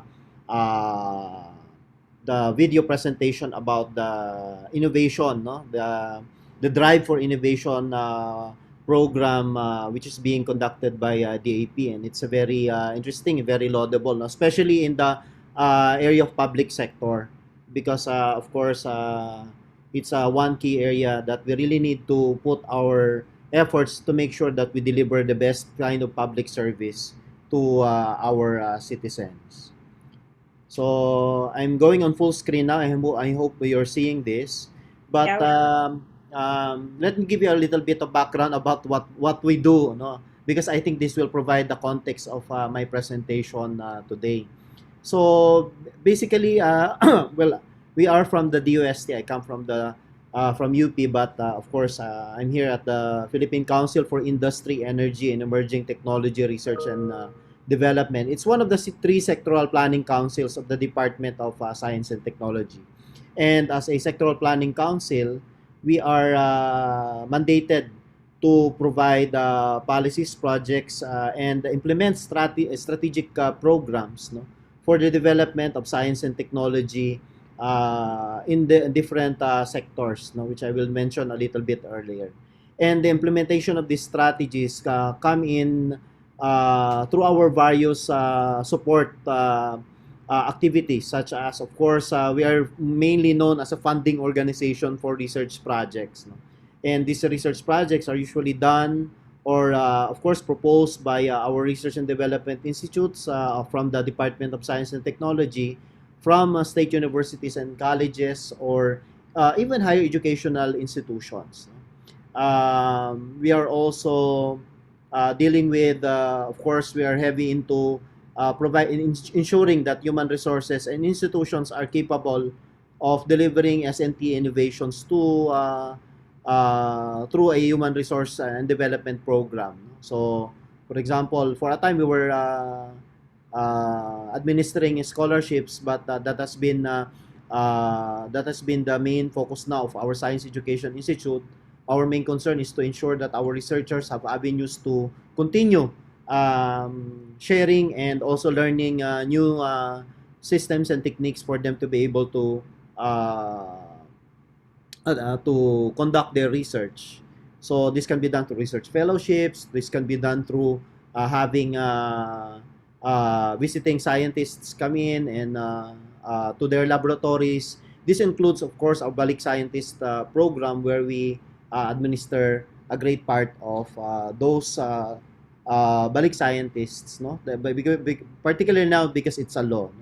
And then we have SNT information and dissemination program, because we want to make sure that we reach out to the public for any progress or breakthroughs that our scientists, researchers, and engineers are coming up with, because we'd like to offer them also those opportunities to partner with those developers, in the hope that some of them might find their way through some form of technology transfer for and commercialization. And this is, of course, also being mandated already through the Innovative Startup Act.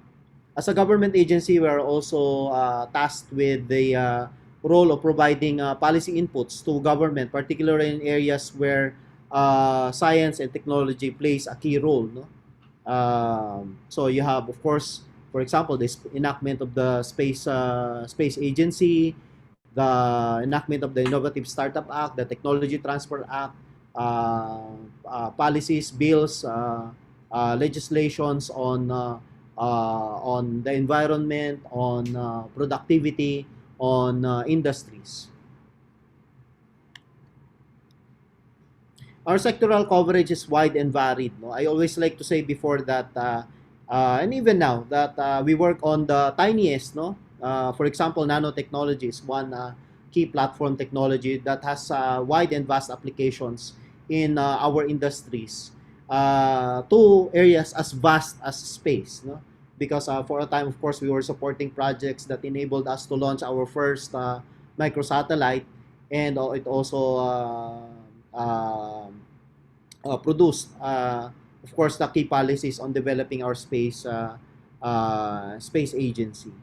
Of course, aside from that, we have also special concerns on climate change adaptation, disaster risk management, environment, and human security, which are mainly well within the purview of what the government is doing.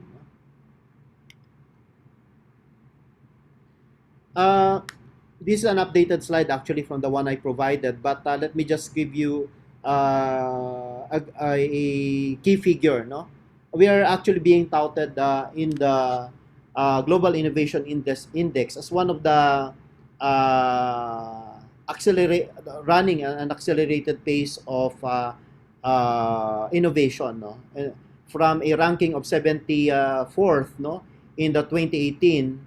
We've jumped to 54th in 2019, and then in 2020, we are now 50th. So we now belong to the top 50 innovative, which we call it innovative countries. And the main reason for this is that we have high throughput, no, for innovations, no, even if we have a very low, say, input for innovations. In other words, we're becoming a more productive, no. We become productive innovators, no. Kasi if you just base it on, say, for example, the research and development resources by way of budget compared to the gross domestic product, which is usually the standard way of gauging or monitoring support for SNT, we would have really fallen behind. No, we're like something like 0.1%, when the ideal is something like 1 to 2% of the GDP. But even that, we're now at hovering at around 8.18%.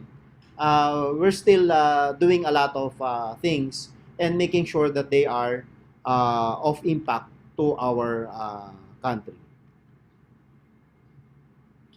Uh, the uh, the presentation is all about being productive in the public sector. So I'm going to divide my talk into two parts. One is trying to be productive in our respective offices by introducing innovations. No? And number two, because it's innate in us, no, at the Department of Science and Technology to actually spur these innovations, we also are supporting key areas of for innovation by way of course, the different support programs that we have. I just like to mention that I don't know if this is unique to us, but one of our core values, as enshrined in our mission and vision statement, is innovativeness. No, we aspire for innovativeness, aside from, of course, excellence and integrity in the way we do our work. No, so each one of us is actually trying to, in our office, is trying to figure out how to best do certain things a lot better than the previous time that we're doing it. No?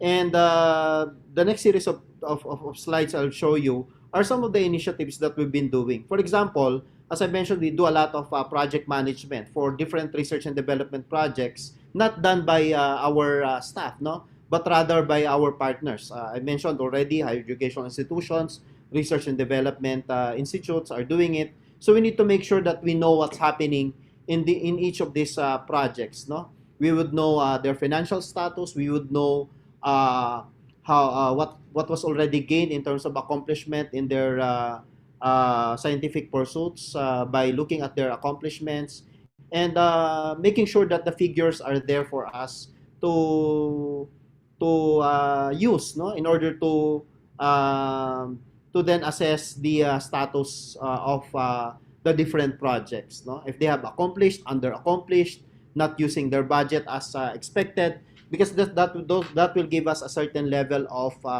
uh, of situational awareness about the different programs and projects. No? One innovation that we also introduced is our proposal evaluation system, no? Where we also asked our technical panel of reviewers, no? Hindi rin po kami ang nagre-review ng mga projects. We also allow, or we also ask a set of experts coming from the government, from academic institutions, and also from the private sector to weigh in on the different proposals that come our way, whether they're innovative, of scientific merit, coming in with the right budget, and other considerations. No? And before, we used to have voluminous sets of paper to process all of this, no? To undergo this process. And the evaluation period could be quite lengthy. Now we've shortened it to a 40-day evaluation period within which the proponent will hear actually from us on the status of the proposal. Some of the proposals can go beyond that 40-day period. Do you know the reason why? Because it's attuned or consistent with our ease of doing business law, which requires us to actually finish the evaluation in 20 days. But since SNT projects or research and development projects are quite very technical in nature, it allows us to actually get another 20 days. No? So that's one of the innovations that we've introduced, and the evaluations that are now done online. So it's now our second cycle where we have our technical panel actually meet online.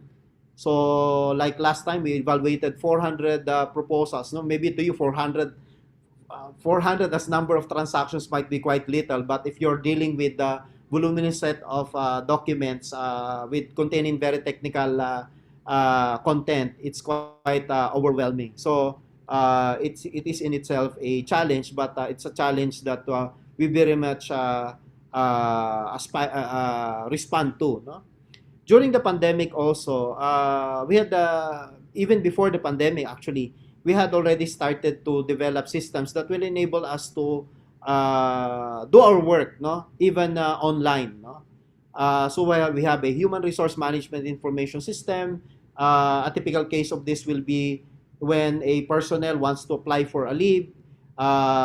He or she doesn't go to the computer and print some forms, no, or write some forms over printed materials or paper, but rather we're aspiring actually to become paperless in our processes. No? In order to do that, we therefore had to create systems for the different processes that we have, even for internal use, no? Aside from those systems that will allow us to interface with our client. So we also have a very new way of dealing with the customers, and it is through our customer relations management and information system. It's where we get the voice of the customer. It's where we get the feedback of the customer, whether they're satisfied with certain parts of our service or certain programs that we implement out there, in terms of the value that they get, in terms of the benefit that they're getting, and in terms of the response time and quality that we are asking them, that we are serving them rather. We also have a very efficient way of delivering information coming from our clients to be inputted in our processes. No, we have this tracking system of documents. So you imagine a scenario where the paper that's just coming in and out of our office are the ones that are also coming in and going out. No, within the office, we aspire in a scenario where we do not print anything anymore. We just scan the documents as soon as they come, and then also have a digital copy of whatever paper documents that we produce before it goes out. Of course, we still have to sign, no? Although there's already a digital signature that can be done, but in some cases it's not possible for us because our partners, no, do not have yet a digital signature. So sometimes the process is almost the same.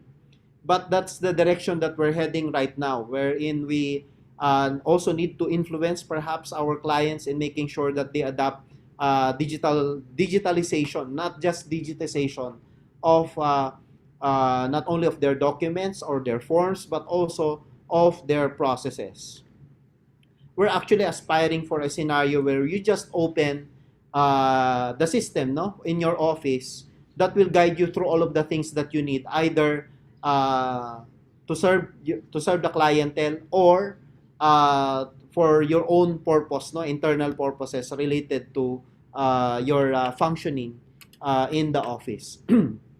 So I was asked, how could we improve public sector performance, no? And at DOSTP Shared, I was talking always about four things that we could possibly look into, and these four things are actually related to each other. One is policy. No, sometimes we have to do things with the imprimatur of a clear policy that it needs to be done. Policies that could either be the ones that helps improve us in our own processes at the office, and processes that will also help us deal better with clients. No, of course, these are all within the ambit of the law. Of course, we cannot change some of the things that is already given to us, certain administrative guidelines set forth by government. But to some extent, we can actually use those to pinpoint certain areas where we need to improve on. No, And that goes into those process improvement documents that we have. So I usually like to say that we need to provide a corresponding work process or work instruction for each set of policies that we receive or develop, no? These are for the different program services, no? I already mentioned that we scope research proposals, we ask them to be submitted to us, we evaluate them in due time, we release the results in due time. We also administer the projects during their implementation, and up to the level of outcome and impact assessment, we need to define different work processes for them. So we need also to define how much time are we going to devote for each, so that we know whether we're spending too much time or spending too little time on some things, no? And then this also becomes our basis actually to determine whether some of our personnel are already working overtime, if they're working so hard too long in certain processes. And we also need to be clear about how we interface with our client by defining or putting out clearly our calendar for doing some of these things, no? So we need to tell them at what stage is their proposal in. We need to tell them that some of the documents that need to submit are due before it is even due, so that they could be properly prompted, no? As I mentioned, we are high on systemization. No? When I say systemization, we have to convert all of these work processes into key user interfaces that our employees, that our personnel can use, as well as an interface also for our clients, you know, the project implementers, even the reviewers, those that are making impact assessments, so that they can just have this form. The value of having all of these systems in place is that it's also an avenue for us to collect data. Data on response times, data on our finances, data on how much resources are being devoted to one area or another, because that's being captured.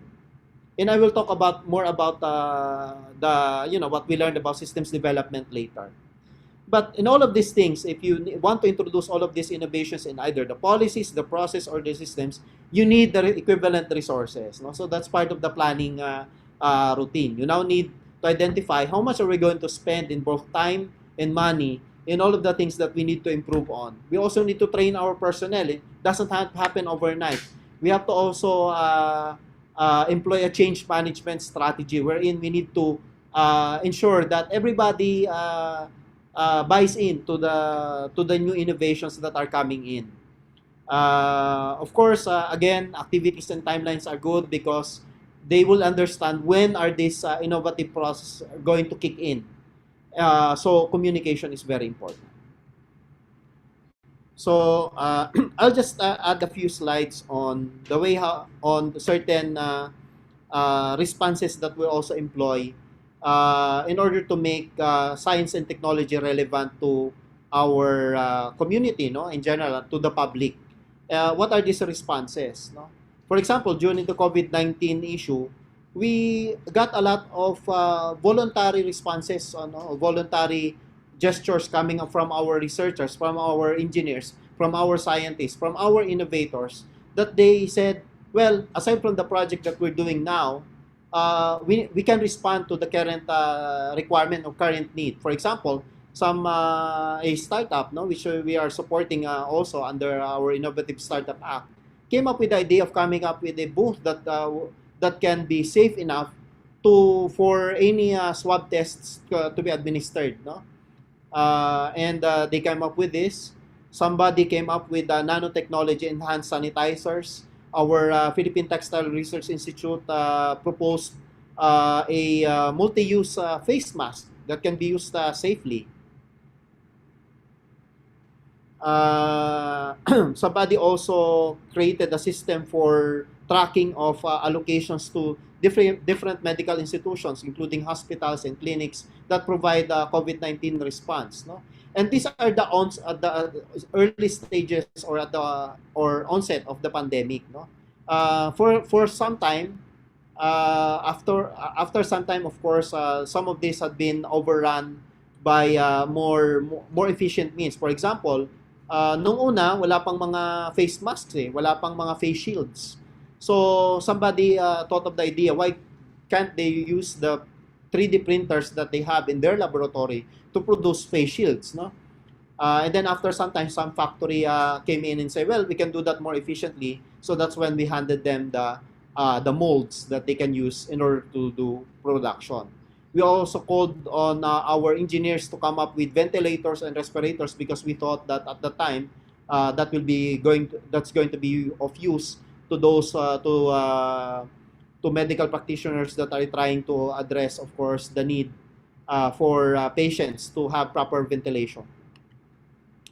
Over in government, we are also helping out government also improve the way how we monitor different activities also, and also accomplishments. We partnered with the Department of Budget and Management to come up with a system for monitoring and evaluating programs and projects, particularly big ticket items. No, in this case, we have roads, we have construction of irrigations. For a time, we had a heavy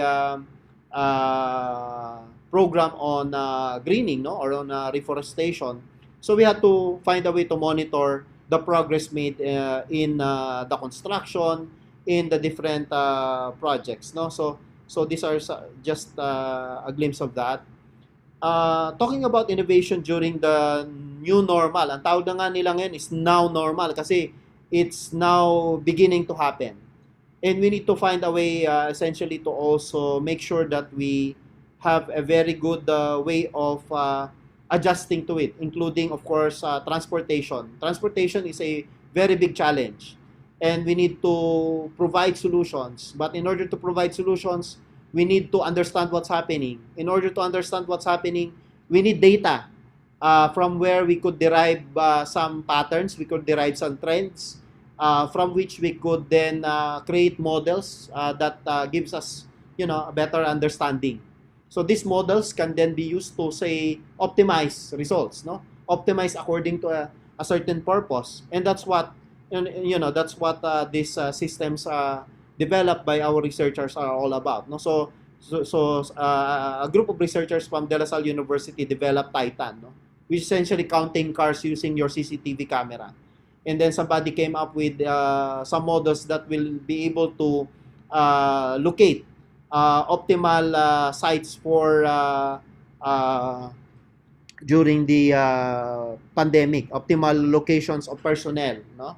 So it was called OLAPS. Somebody also came up with a system to say, for example, provide support for logistics, no? So for example, trying to look at the supply chain in order to make sure that the supply of goods to our supermarkets, to our stores would be sufficient, particularly for food.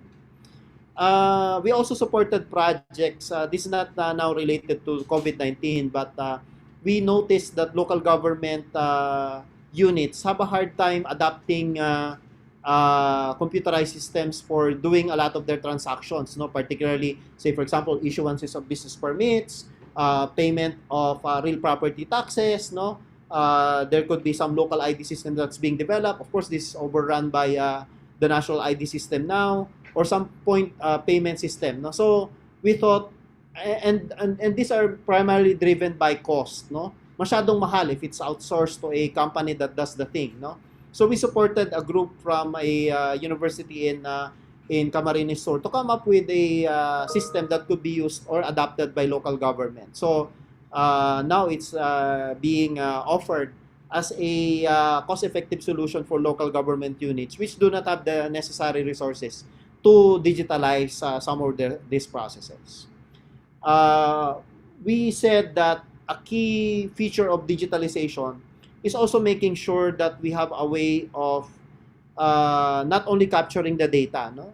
So data capturing devices are now becoming more ubiquitous, no? For example, you have CCTV camera, you have systems of registrations in booths, in entrances of public institutions, of transactions that are taking place, no? You even have data coming in from crowdsourcing strategies, no? You have the voice of the public sometimes coming off from what you see in social media. So what we need to do now is to make sure that we use this data in order to fine-tune the different projects and innovation strategies that we have in our offices. So we are calling on actually if you are working for a government agency or a local government unit, you can partner with us in order to, make this, make good use of data science, no? To enable government to adopt data-driven governance and evidence-based management. Tawag namin dito the Goddess Project. So you'll be given a small grant to work on the data of your government agency for you to create certain solutions, no, or certain processes. One is yun yan, nasabi ko na kanina, understanding, know what's happening. Two, devising, no, or prescribing ano ba dapat gawin if the data is saying like this. If there are any, for example, hiccups in the processes, some steps are taking too long, maybe there are some improvements, and this can only be done, no, if you have evidence that's based on the actual data that is captured. Project Sparte is a partnership that we did, of course, with Development Academy of the Philippines. It runs on the same vein, basically, but what's good here is that we are trying to put it out en masse, no? Marawakan na talaga ito. You know, you have 1,400 local government units. You have 200 government agencies with regional offices, no? How are they going to make use of the data? How are they going to handle all of this data? We are in short supply of personnel who will be able to put out a system out there in each of these specific offices. And so we need to train a mass base of data scientists so that they will be able to provide that muscle for us to churn out understanding based on the data that's generated from public offices. Of course, it also pays that data scientists are now becoming a more sought after, no, in the field of business, particularly finances, banking, looking at hospital records and creating trends and patterns out of them. And this service is not only in demand, not only here in the Philippines, but also elsewhere. So we were trying to position the country into a country of data scientists who can provide this kind of service elsewhere, no? If you have IT BPM before, this could be part of it. This is going to grow big.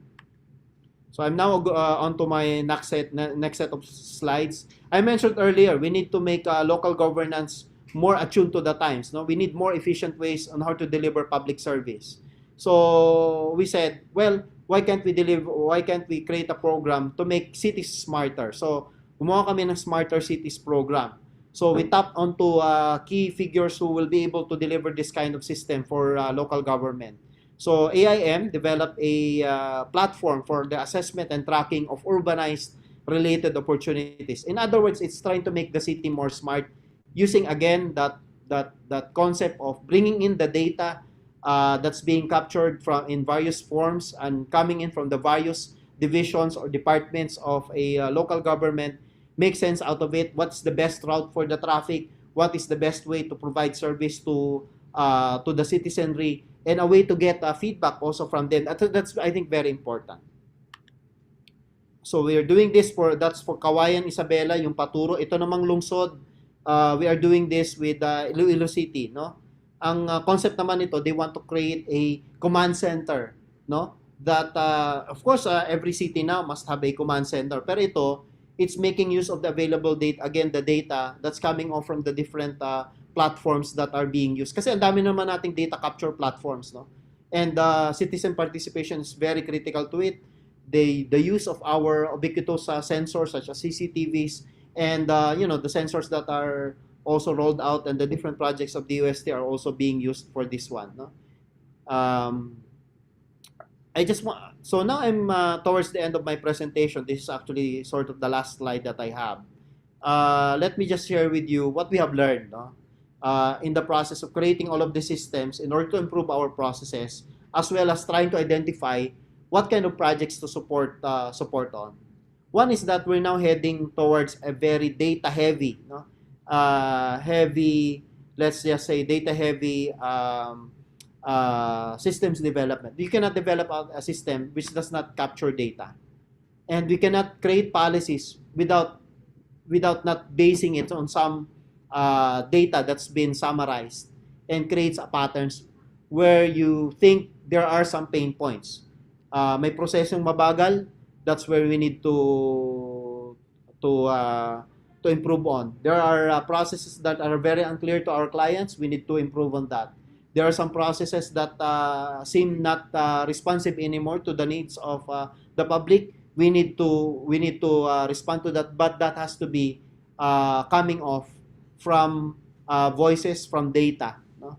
Number two is that we should be open to the idea. No? There should be a spirit of openness. No? We rather embrace feedback from our customers. We'd rather get illicit support by way of feedback also from our staff, no, from our personnel, no.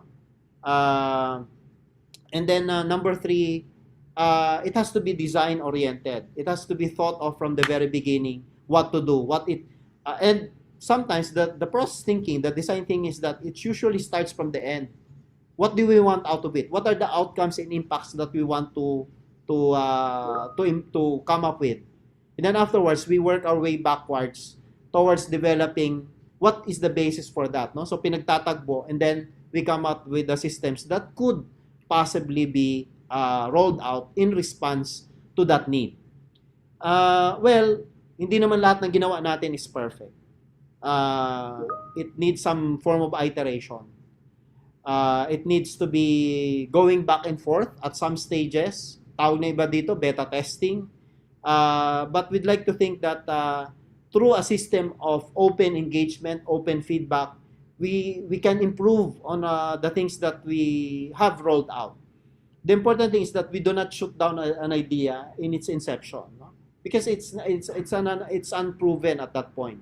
We have to get as many data as we can in order to have a evidence-based decision making, whether to proceed, not to proceed. And then already mentioned the voice of the customer is very important, so we need to look into that. We should not negate any feedback. We should not invalidate any feedback that we get from our customers. And then I think one key area that we can perhaps improve on, and we cannot do it alone, kahit kami dito sa DOST, siguro hindi namin makakaya yung sarili namin, is for us to have interoperability among, you know, different divisions of the same government agency or local government units. Perhaps some of these systems can then work with, no, communicate with other government agencies that require or use certain data sets, no, in order to drive their processes. That could also be one area where we perhaps can work on together. Lastly, we also need to assure our customers, the public, that their data is safe with us. We use it only for certain processes, and they understand what processes are this for. Kasi ayaw natin yung untoward use of the data, unintended uses of the data, no? And we have to ask them every time, or we have to tell them every time that when we get data, we have to tell them that your data is going to be used for this purpose and for this purpose only. We will notify you if we will use your data for something else other than what you agreed on. So that creates an atmosphere of trust and confidence that privacy is respected. No? Of course, security is always, data security and system security is always on top of our minds when we do systems development. All right, so with that, I hope I've given justice to this talk and have inspired you further, no, to create your innovative processes in terms of not only processes. I've already mentioned earlier. You know, think about what policies, what barriers are there that you need to have removed, no, and by way of policies, and then the processes that will enable you to introduce the innovations that you need. Of course, you need a system to do all of these things, especially if you're dealing a very wide service base, no? Marami kayong customers, marami kayong kliyente, marami kayong mga pinagsisilbihan, no? And then, of course, you need the necessary resources. But if you have put all of this in place, working together, almost seamlessly your way to having your own institutions or agencies or units serve the public better, because that's at the end of the day it's all about making sure that we provide the best experience and service to the public as expected of a government agency. So with that, I'd like to end this presentation. Thank you. Very inspirational and comprehensive, Dr. Enrico. We have so many questions from our chat box, from our email, from our YouTube, and here in our Zoom chat box. But due to a lack of time, we have one question for you. Speaking of policies, no, ang tanong natin, is there a sample innovation policy which can be used as basis by government agencies to be provided by DOST Innovation Council?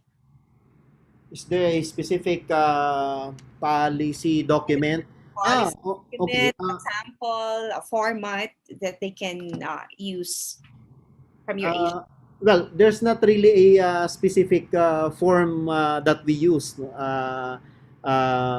Lisano, but what we were thinking of is always to prepare a set of policy recommendations for which, for example, the policy recommendations are usually prepared by our researchers. No?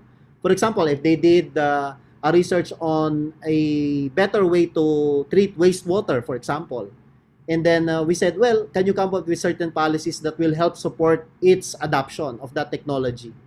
So now the process is for us to then move or transmit those policy recommendations to the mandated agencies for their consideration. Because we know that, of course, as there are agencies that are mandated clearly to set out these policies. And our take only is that we tell them that technologies are already available in order for them to break those barriers. For example, there was also a apprehension about adopting non-toxic ways on how to process minerals, no? Particularly metallic minerals, no? And most of them are employed by small-scale miners, no? So we said, well, there are already researches, even done locally. There were demonstration sites, even pilot plants that did not make use of cyanide or mercury. So we said, well, why cannot this be adopted as a matter of policy? So again, we have this policy set of policy recommendations that are being done. This can be the basis for these policy issuances. This can be a basis for issuances of new standards that can be used so that the public is also assured that while we become, sabihin na natin, stricter on certain areas, there's also a support to make sure that it can be followed, it's possible. And also it comes with the assurance that that it's supported by scientific studies. No? And that's the thought process that we usually offer to our partners in government in coming up with policies. Thank you. Thank you, Dr. Enrico. Please stay with us. We have more questions later on after our panel reactors have given their insights and perspectives on the presentations made by our three resource persons who are experts on this field. So we have with us Dr. Ralph Sherwin Carpus. He is a certified ISO 9001 quality management system lead auditor and certified specialist in internal quality assurance in higher education by the UNESCO Paris, France. And he is also an associate professor 3 at the TUP, specializing in microprocessors, embedded systems, applied artificial intelligence, robotics, and research. He also serves as a consultant of the Development Academy of the Philippines in the certification of the QMS of various government agencies. He has presented a number of researches in the fields of electronics, engineering technology, applied artificial intelligence, and quality management systems, and published them in national and international referred journals indexed in SHED, ISI, and Scopus. Our next panelist is Mary Rose Ofianga, who is a tech entrepreneur community builder in Davao City. Ma'am Mary Rose is our, let me just look at my screen again, my script. Okay, is a tech entrepreneur, community builder in Davao City, as I mentioned. She has organized several innovation camps, hackathons, and startup weekends that bring together the tech community and people who want to solve social and economic problems. She is a member of the United Nations Internet Governance Forum, multi-stakeholder advisory group, and Open Internet for Democracy leader by OpenNet Global. Also, she is a fellow of Internet Corporation for Assigned Names and Numbers and Asia Pacific Network Information Center, Asia Pacific Internet Governance Academy, and a member of the Asia Pacific Regional Internet Governance Forum. Currently, she is involved in the public sector as an environmental consultant. Another resource or a reactor rather is Miss Joey Cruz. She is the founder and CEO of Limitless Lab, a design thinking and innovation agency, and Bayanivation, a tech startup promoting innovation in local government units. Joey is an entrepreneur, designer, and innovation consultant with more than 5 years of experience in the social innovation space. She regularly facilitates design thinking and workshops, design sprints, storytelling, and brand design workshops for progressive corporations, government agencies, and NGOs. Before diving into the world of entrepreneurship, Joey worked as a project lead for the Department of ICT and the Deputy Executive Director of the Animation Council of the Philippines Incorporated, where she pioneered several initiatives, including an award-giving body for the digital creatives industry and an international industry delegation to conference. So now let's proceed to the sharing of insights and perspectives of our panel reactors. So let's begin with Dr. Ralph. Dr. Ralph, good morning. Good morning. Good morning, everyone. Do you hear me po? Yeah, we can see you, sir. Hi. Good morning, everyone. Okay, so we'd like to thank you, everyone, for coming over. Wow, ang ganda ng presentation ni Dr. Paring. It's very comprehensive. We've seen a lot of these innovative technologies. They are very relevant in the current situation and also on the future of the QMS. So I'll be sharing to you some of the experiences in behalf of the State University experience and also my experience as a consultant with DAP. I had first-hand experience on establishing and also maintaining the quality management systems of various government agencies, from local government all the way to the national government, from various industry types. And I'll be sharing to you just a supplementary for the topic being discussed by Dr. Paringet. Ano po? So the summary would be just to elaborate into strengths, weaknesses, opportunities, and threats, and hopefully would use these innovative technologies that Sir Paringet has mentioned, whether they come from the fourth industrial revolution, from the industry 4.0 smart cities, we can possibly use them and close the gaps. So I've seen personally some of the strengths on the implementation of QMS in the different government agencies. Leadership, I've seen that. Andun yung commitment ng ating leadership. It's because, of course, we are required to undergo ISO certification, and without ISO 9001, then we don't get PBB. Tama po ba? And also, it may affect the GAA, the budget allocation. If we don't perform well, then chances are baka bumaba ang ating mga budget. So we give kudos for the top management of every organization, whether you're already ISO certified or you're still aiming to be certified. We've seen that the effort, regardless kung ano what is the status of the organization, whether low budget or high budget, we've seen that the effort. My suggestion is that you just have to review your existing policies. You have to review your strategic plans and the processes on how would you able to inject innovation as part of your continual improvement commitment. So maybe we have to benchmark with the best organizations or our counterparts, and maybe in the ASEAN or maybe in the world. So in TUP, we have this. Currently, we are looking forward to be included as top 1,000 universities, to be at par with those best universities, at least in Asia, particularly in engineering and technology programs. Commitment. So we've seen that, yung commitment ng mga employees natin, the core group of the QMS, we salute them for their undying support. Uh, some think that this is just a temporary job, but technically it's got to be a permanent job. And we salute them for their commitment, their time and efforts, all the intimidations they have gone through. We experienced that, and we salute them for that. And we hope the management or the top management of every agency will give credit, lalo na sa mga those who are working on site. No, maybe you could give hazard pay, but for those who are working at home, maybe you could also provide some sort of data or internet allowance. Pwede po ba yan? So those are like some of the struggles that we are seeing right now. So those are the strengths. Now, meanwhile, ang mga weaknesses naman po that we have seen so far, I have to be honest and straightforward. I've seen this as a trend from the uniform sector or to the tourism sector. I've seen that now from the state universities. It's consistently. I think we have issues on the implementation, including monitoring of our quality objectives. We hear this every year. We have the PBB. Some universities, they have the SUC leveling. We hear this right now. And in state universities, there's what we call NBC 461 promotion for faculty.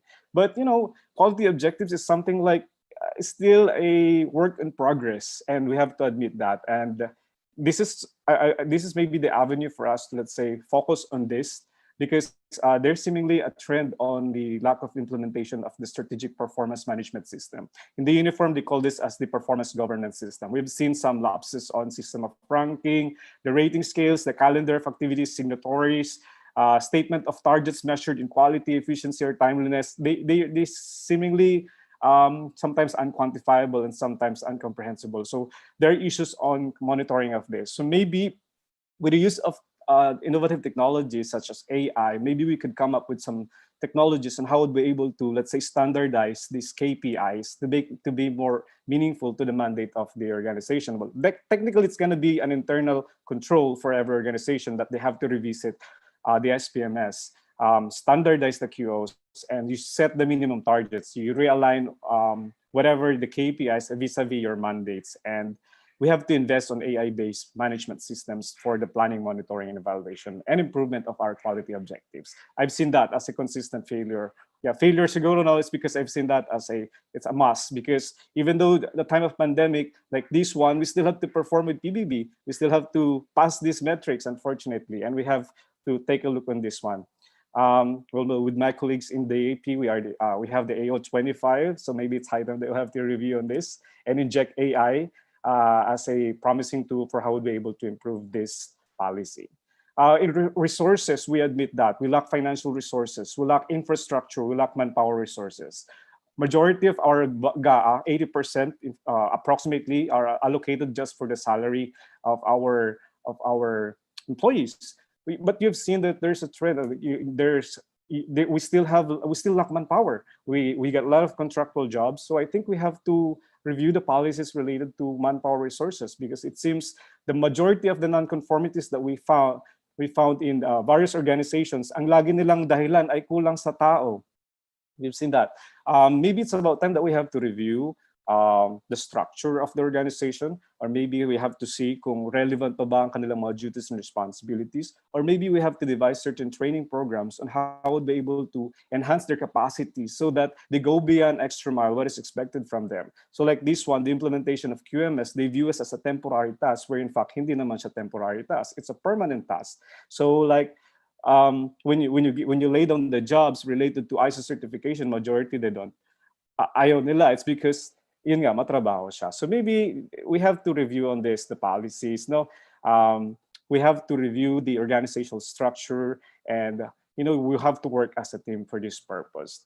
And let's go with opportunities. So it's a perfect venue. We discussed the opportunities. Thanks for this innovative technologies. So it's about time that we have to embrace the organizational culture of innovation. So we've learned na yung mga stories ng Kodak or Lehman Brothers, wherein they did not embrace innovation. So what happened to them? They got bankrupt, or at least in the verge of bankruptcy. So it's really a must that we need to invest, little by little, on AI or robotics or Internet of Things. Yung mga minention ni Sir, these emerging technologies. You use machine learnings to analyze trends and generate management review, audit reports faster.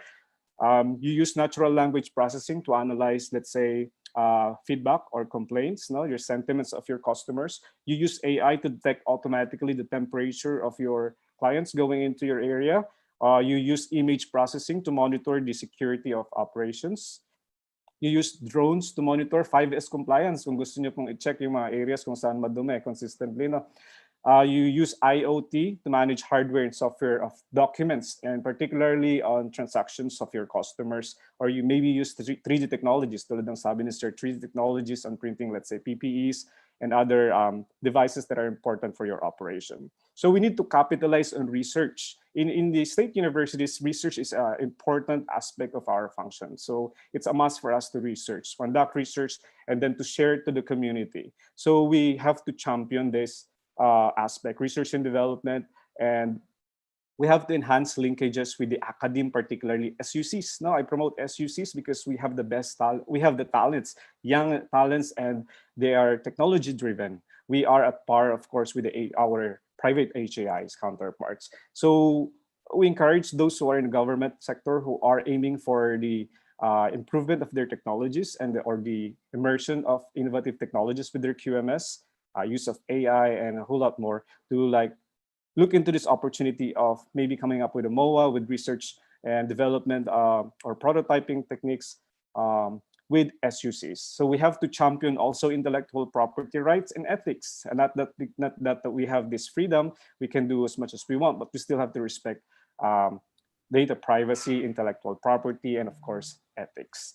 So, the technologies that that Sir has mentioned, they're just, they're limitless. So it's beyond your imagination. So it all starts with your enthusiasm. So, if you have this enthusiasm, you could go beyond that and you would able to implement it effectively to the QMS. Another opportunities that we have seen, we mentioned that the commitment of people is there, the competence. So the moment that we have these technologies are basically useless if we don't know how to use them. Tama po ba? So it's really important that we have to invest also in competence. The top management should secure a budget for the core group or those who will be in charge for innovative for research and development aspect in as far as merging with the QMS. So dapat meron po tayo niyan. So good thing we have the Sparta, so Sir has mentioned, with DAP and DUSD Alliance, we are able to provide scholarship programs with promising students. But maybe it's about time that CHED, even that Ed will get into this. Well, I don't say bandwagon, but it's now the trend. Tama po ba? We have to inject AI and these 4IR technologies as a permanent part of the curriculum in such a way that we able to embrace the future of work of our students. Now let's get into threats. Threats. Okay, sorry to interrupt you. Sige, sige. Yeah, but I'll go back to you later. Yes, ma'am. Let's give 5 to 7 minutes to Joey and to Mary Rose. Sige, thank you. No Time problem limit. po. But rest assured, if we still have time, I'll go back to you. Very interesting insights and perspectives, and you factor that into strengths, weaknesses, opportunities. No, and okay, all right. So may we hear from Ma'am Mary Rose of Yanga first? Ma'am, you have 5 to 7 minutes for your insights. Thank you. Thank you, and hello everyone. Can you hear me well? Very well, ma'am. Thank you. That's good. So again, I'm Rose. I'm from Davao City. So my first feedback will be on the transportation modernization program. It's very good, and I actually kudos to the OETR for starting this initiative, because I believe this is a very challenging job for them, right? And given the pandemic, so there was a question earlier, how do you see transportation in the Philippines 2 years from now? But for me personally, I would imagine that when I search to Google my destination, it will give me the route of the jeep, not just buses, my arrival time, the transportation vehicle's arrival time, and the estimated fare to get to my destination, as accurate as that. That's my imagination, because I know if you're traveling in other countries, you would get this information, right? So I'm also one of the community coordinators of a tech startup based in Cebu that is having a transportation app. And we actually had an initial coordination with the local government unit here in our city and on how we can integrate our system to their platform and vice versa. It was a very challenging experience in a way that there are several decision makers to talk to local government units, and we have to talk to LTFRB, LTO, in order to implement the project, including the bus associations or transportation associations. So this transport modernization program, since it's already a government initiative, I would assume that this is less challenging for them to implement, and because it's government led. So I am actually interested on how they will, how they plan to roll this out nationwide, especially at the local level.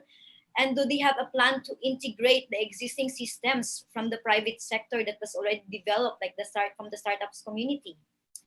And another thing that I observed is that I know that we should consider the modernization as well of the systems of the existing transportation vehicles, like our jeepneys and buses.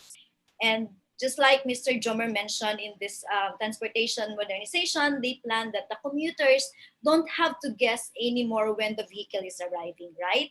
And this would take a modernized system inside the jeepney, inside the buses. So I'm actually curious and I'm wondering how do they plan to roll this out with their existing system? And because just like in other countries, all the information that we get with our destinations are already integrated in Google, right? Not just in Waze. So how do they plan if they already have a plan and included that in the master plan? How would they plan to roll that out up to the local level of our transportation system? So that's my feedback for our transportation modernization. And then for the DOSTP Shared, again, great job, DOSTP Shared. I am one of the coordinators of the university-based incubation program here in Davao City. So as a community builder, I experienced how we work with the tech startup community on tech transfer and, really leverage the talent of the students that we have right now. And in terms of improving the services of the government sector with digital transformation, there is already a great improvement. I must say that based on my experience, whether it's in transportation, in e-commerce, business registration. But however, most of the systems that we have in the government are being tested right now during the pandemic in terms of resiliency and efficiency. So for me as an individual consumer and as a citizen, I noticed that this really impact the education system and especially in the monitoring of everything that we do in terms of in healthcare and in transportation. So I want to be very specific into these areas. So one is our contact tracing, which we know that not all LGUs implement digital contact tracing, like the use of QR code. And there are LGUs that just implement it on the last quarter of the year. And the worst thing is either their system is not stable or is not secured. And the other thing is these systems are not interconnected. Again, the interoperability concern that was mentioned by our speaker. These are not interconnected to other government units. And so these LGs are working in silos, because, and we have to admit, we do not have a unified ID, national ID system yet. So one of the things I noticed was there was a lack of engagement from the government with the tech community in creating this kind of solutions.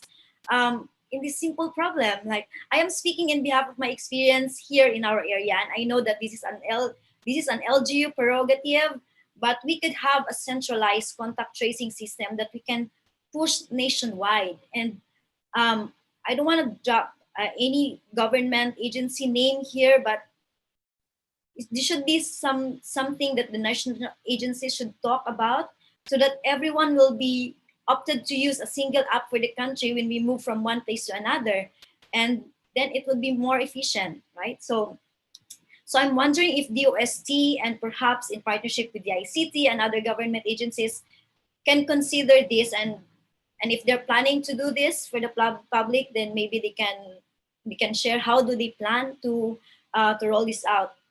So in summary, I would like to commend both the DOSTP Share, the DOTR for their initiatives. There is still a big room for improvement, and this is a good start. So I just want to see more coordination among government agencies to unify their efforts, and most especially, I hope that these initiatives would trickle down to the local government units and the community so that we can experience, the positive impact of these improved processes. And this is a challenge to our national government agencies to improve their capacity building activities down to the local level. That's all from me. And that's really coming from the actual observations and experiences of Ma'am Rose. Thank you for that. Yes. That's very candid and frank of you to really tell our government that, come on, please strengthen the collaboration with the private sector. Thank you for that. Now let's move on to Miss Joey for her insights and perspectives. Hello, good morning, everyone. Can you hear me? Yes, I can hear you, Miss Joey. Thank you, Dean Lizan. First of all, thank you to TAP for the invitation to be part of this important initiative, and of course, thank you to our panelists, for the resource speakers for the very comprehensive presentations. I'm very happy actually to be representing the tech and startup community together with Miss Rose, in this event. And so most of my feedback will really be questions that might arise from the startup community. No? So starting with my feedback, I'm very happy to see that the ICT, my previous organization, and I used to work for the DOST ICTO. It was where my heart for public service was formed, kumbaga.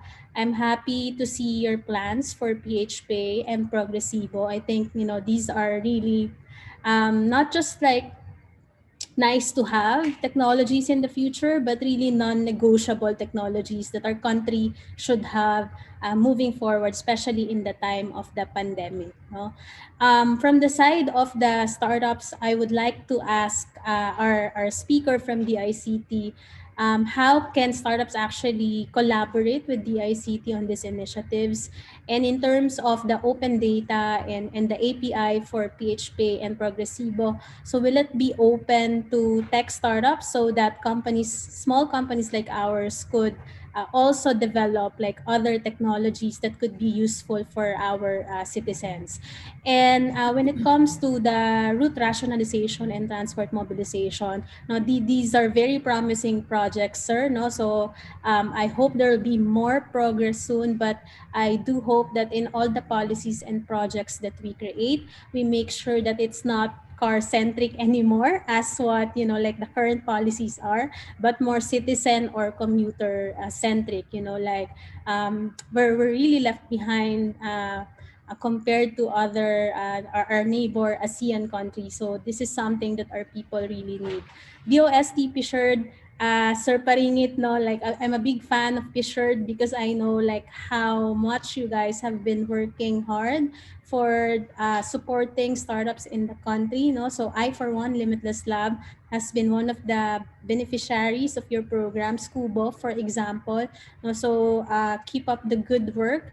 And I like as well the frameworks that you presented on how innovation can be started inside agencies, because Limitless is also developing some GovTech technologies and products that that LGUs can take advantage of.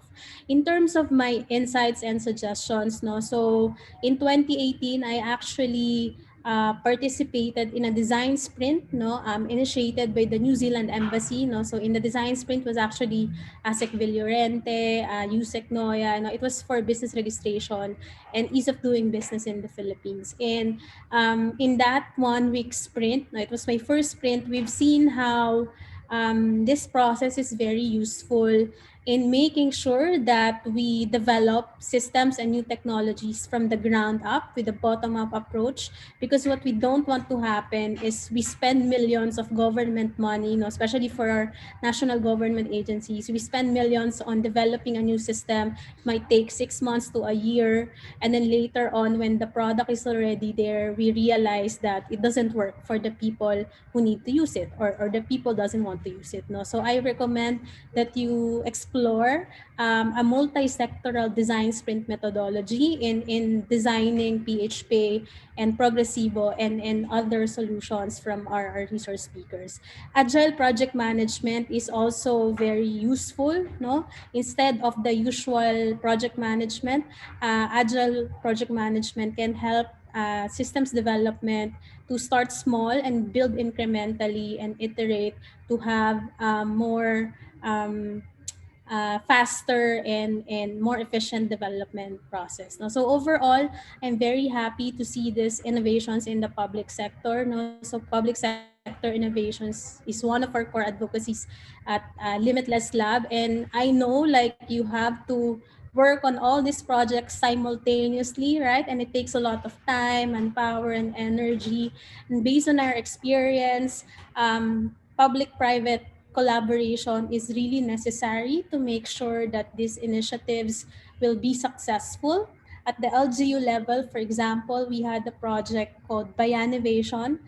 We combined LGU people and the youth, no youth leaders, so that they can come up with prototypes and solutions for real problems in the community. No, so leverage on that energy of the private sector as well as the energy and enthusiasm of the youth and combine it with the wisdom of our public servants, and the impact will be really more powerful.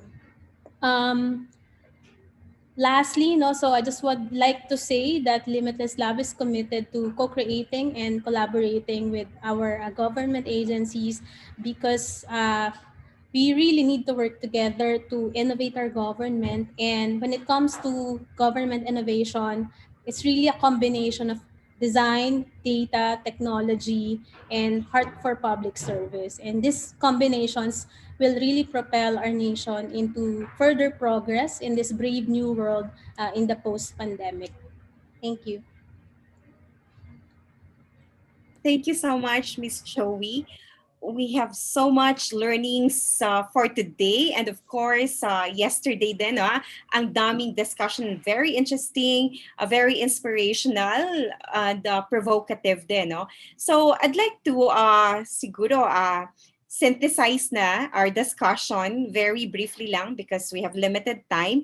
How are we going to move forward, no? From this discussion, from a 2-day discussion? So I think we need to have this in mind, the 3 eyes, no?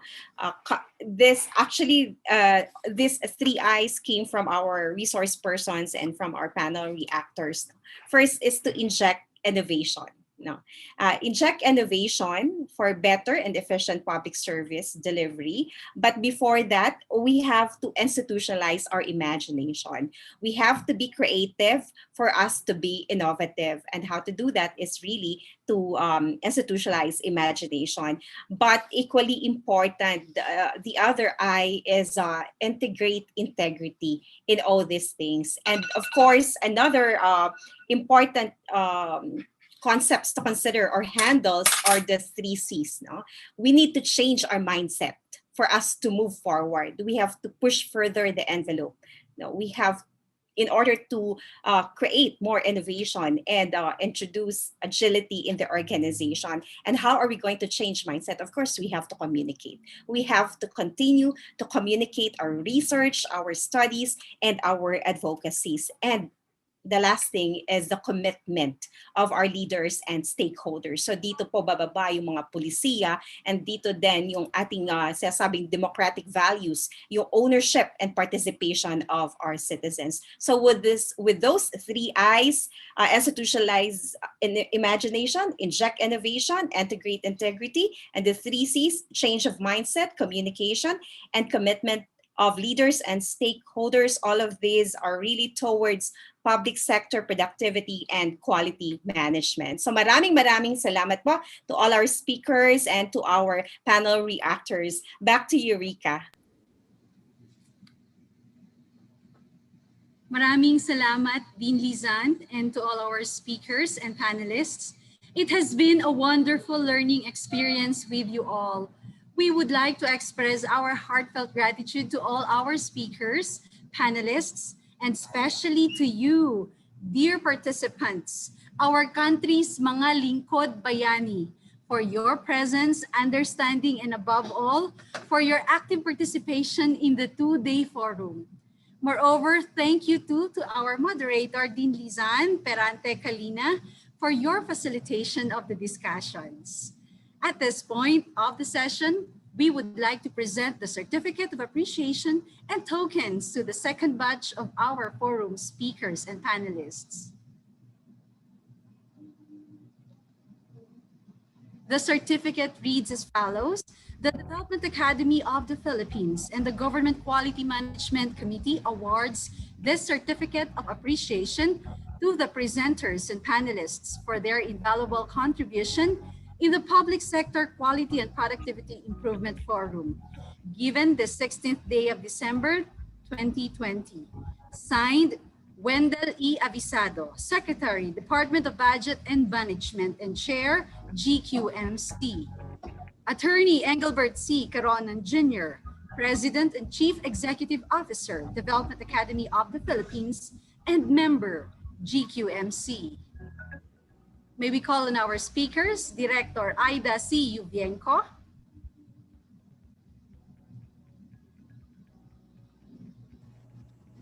Mr. Jomir D. Pontawe,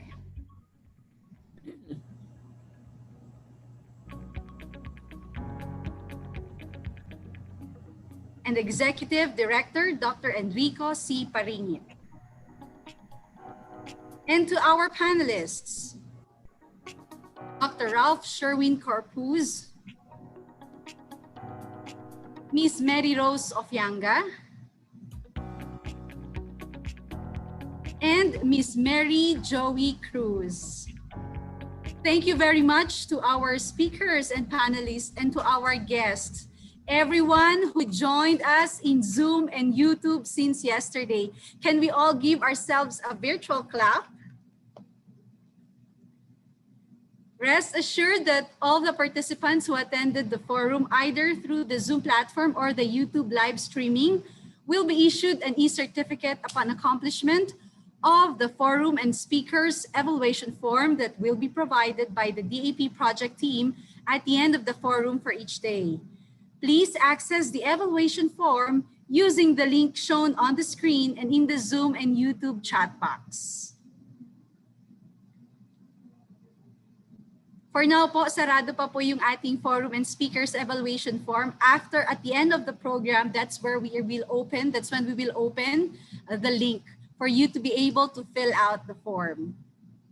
Ladies and gentlemen, I believe that everyone had a productive time and learned a lot in this two-day forum. For the closing remarks, let us listen to the Senior Vice President for Programs of the Development Academy of the Philippines, Ms. Magdalena L. Mendoza. Our distinguished speakers, panelists, guests, fellow public servants, it's almost lunch. Magandang tanghali po sa inyong lahat. I'm sure that you're having a very productive session as I caught a glimpse of the roundtable discussion. And now we are almost done.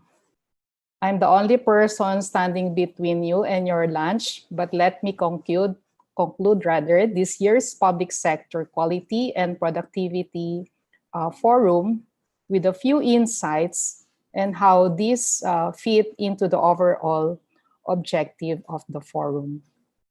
My first insight is that we need to grow and innovate the quality movement in government.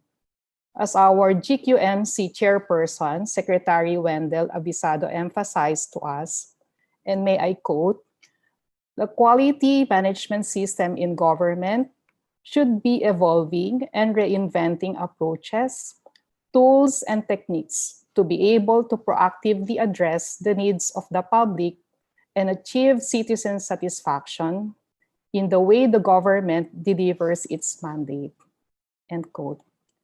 Indeed, the Filipino people expect us to level up and infuse innovation in our quality movement to meet the call of the times. And our good secretary expressed even high hopes that the GQMC now that it is restructuring its role to better serve the intention of effecting real change in the bureaucracy.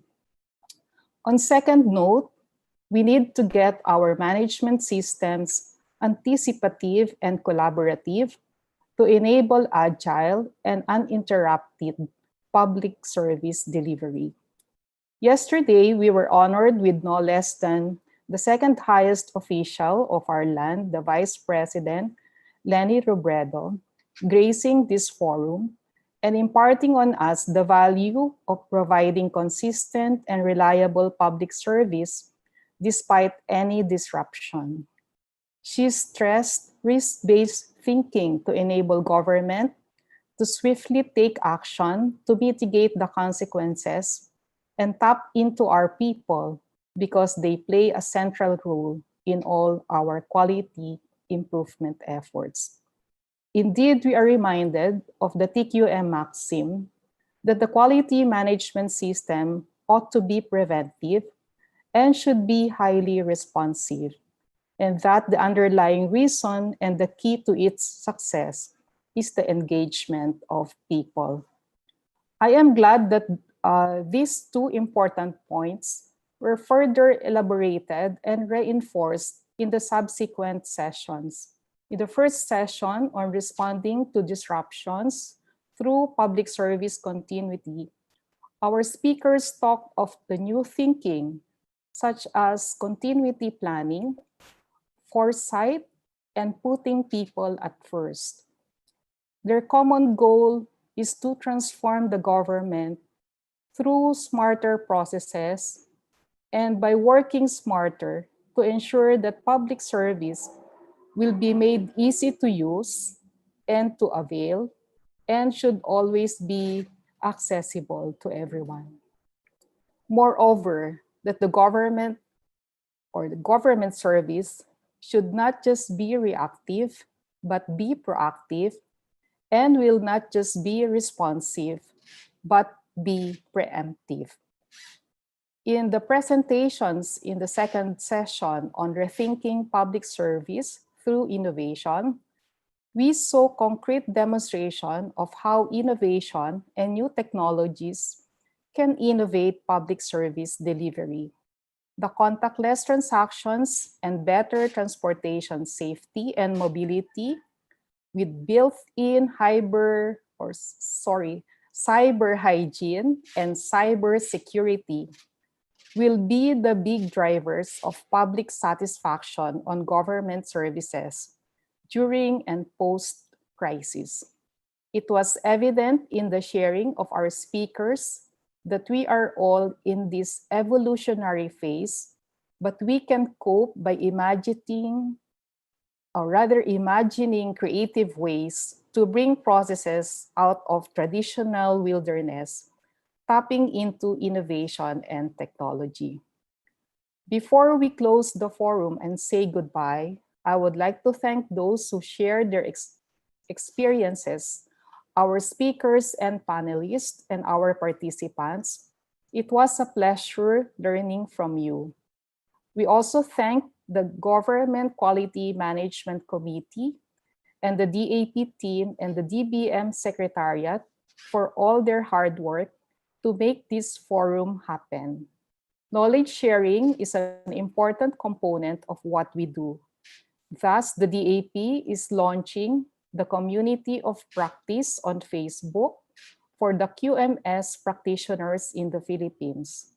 In this online platform, the QMS core team members, QMS leaders, QMS trainers, QMS auditors can help to share each other's experience and hopefully co-create quality innovations. To conclude, let me just reiterate the key points of this forum.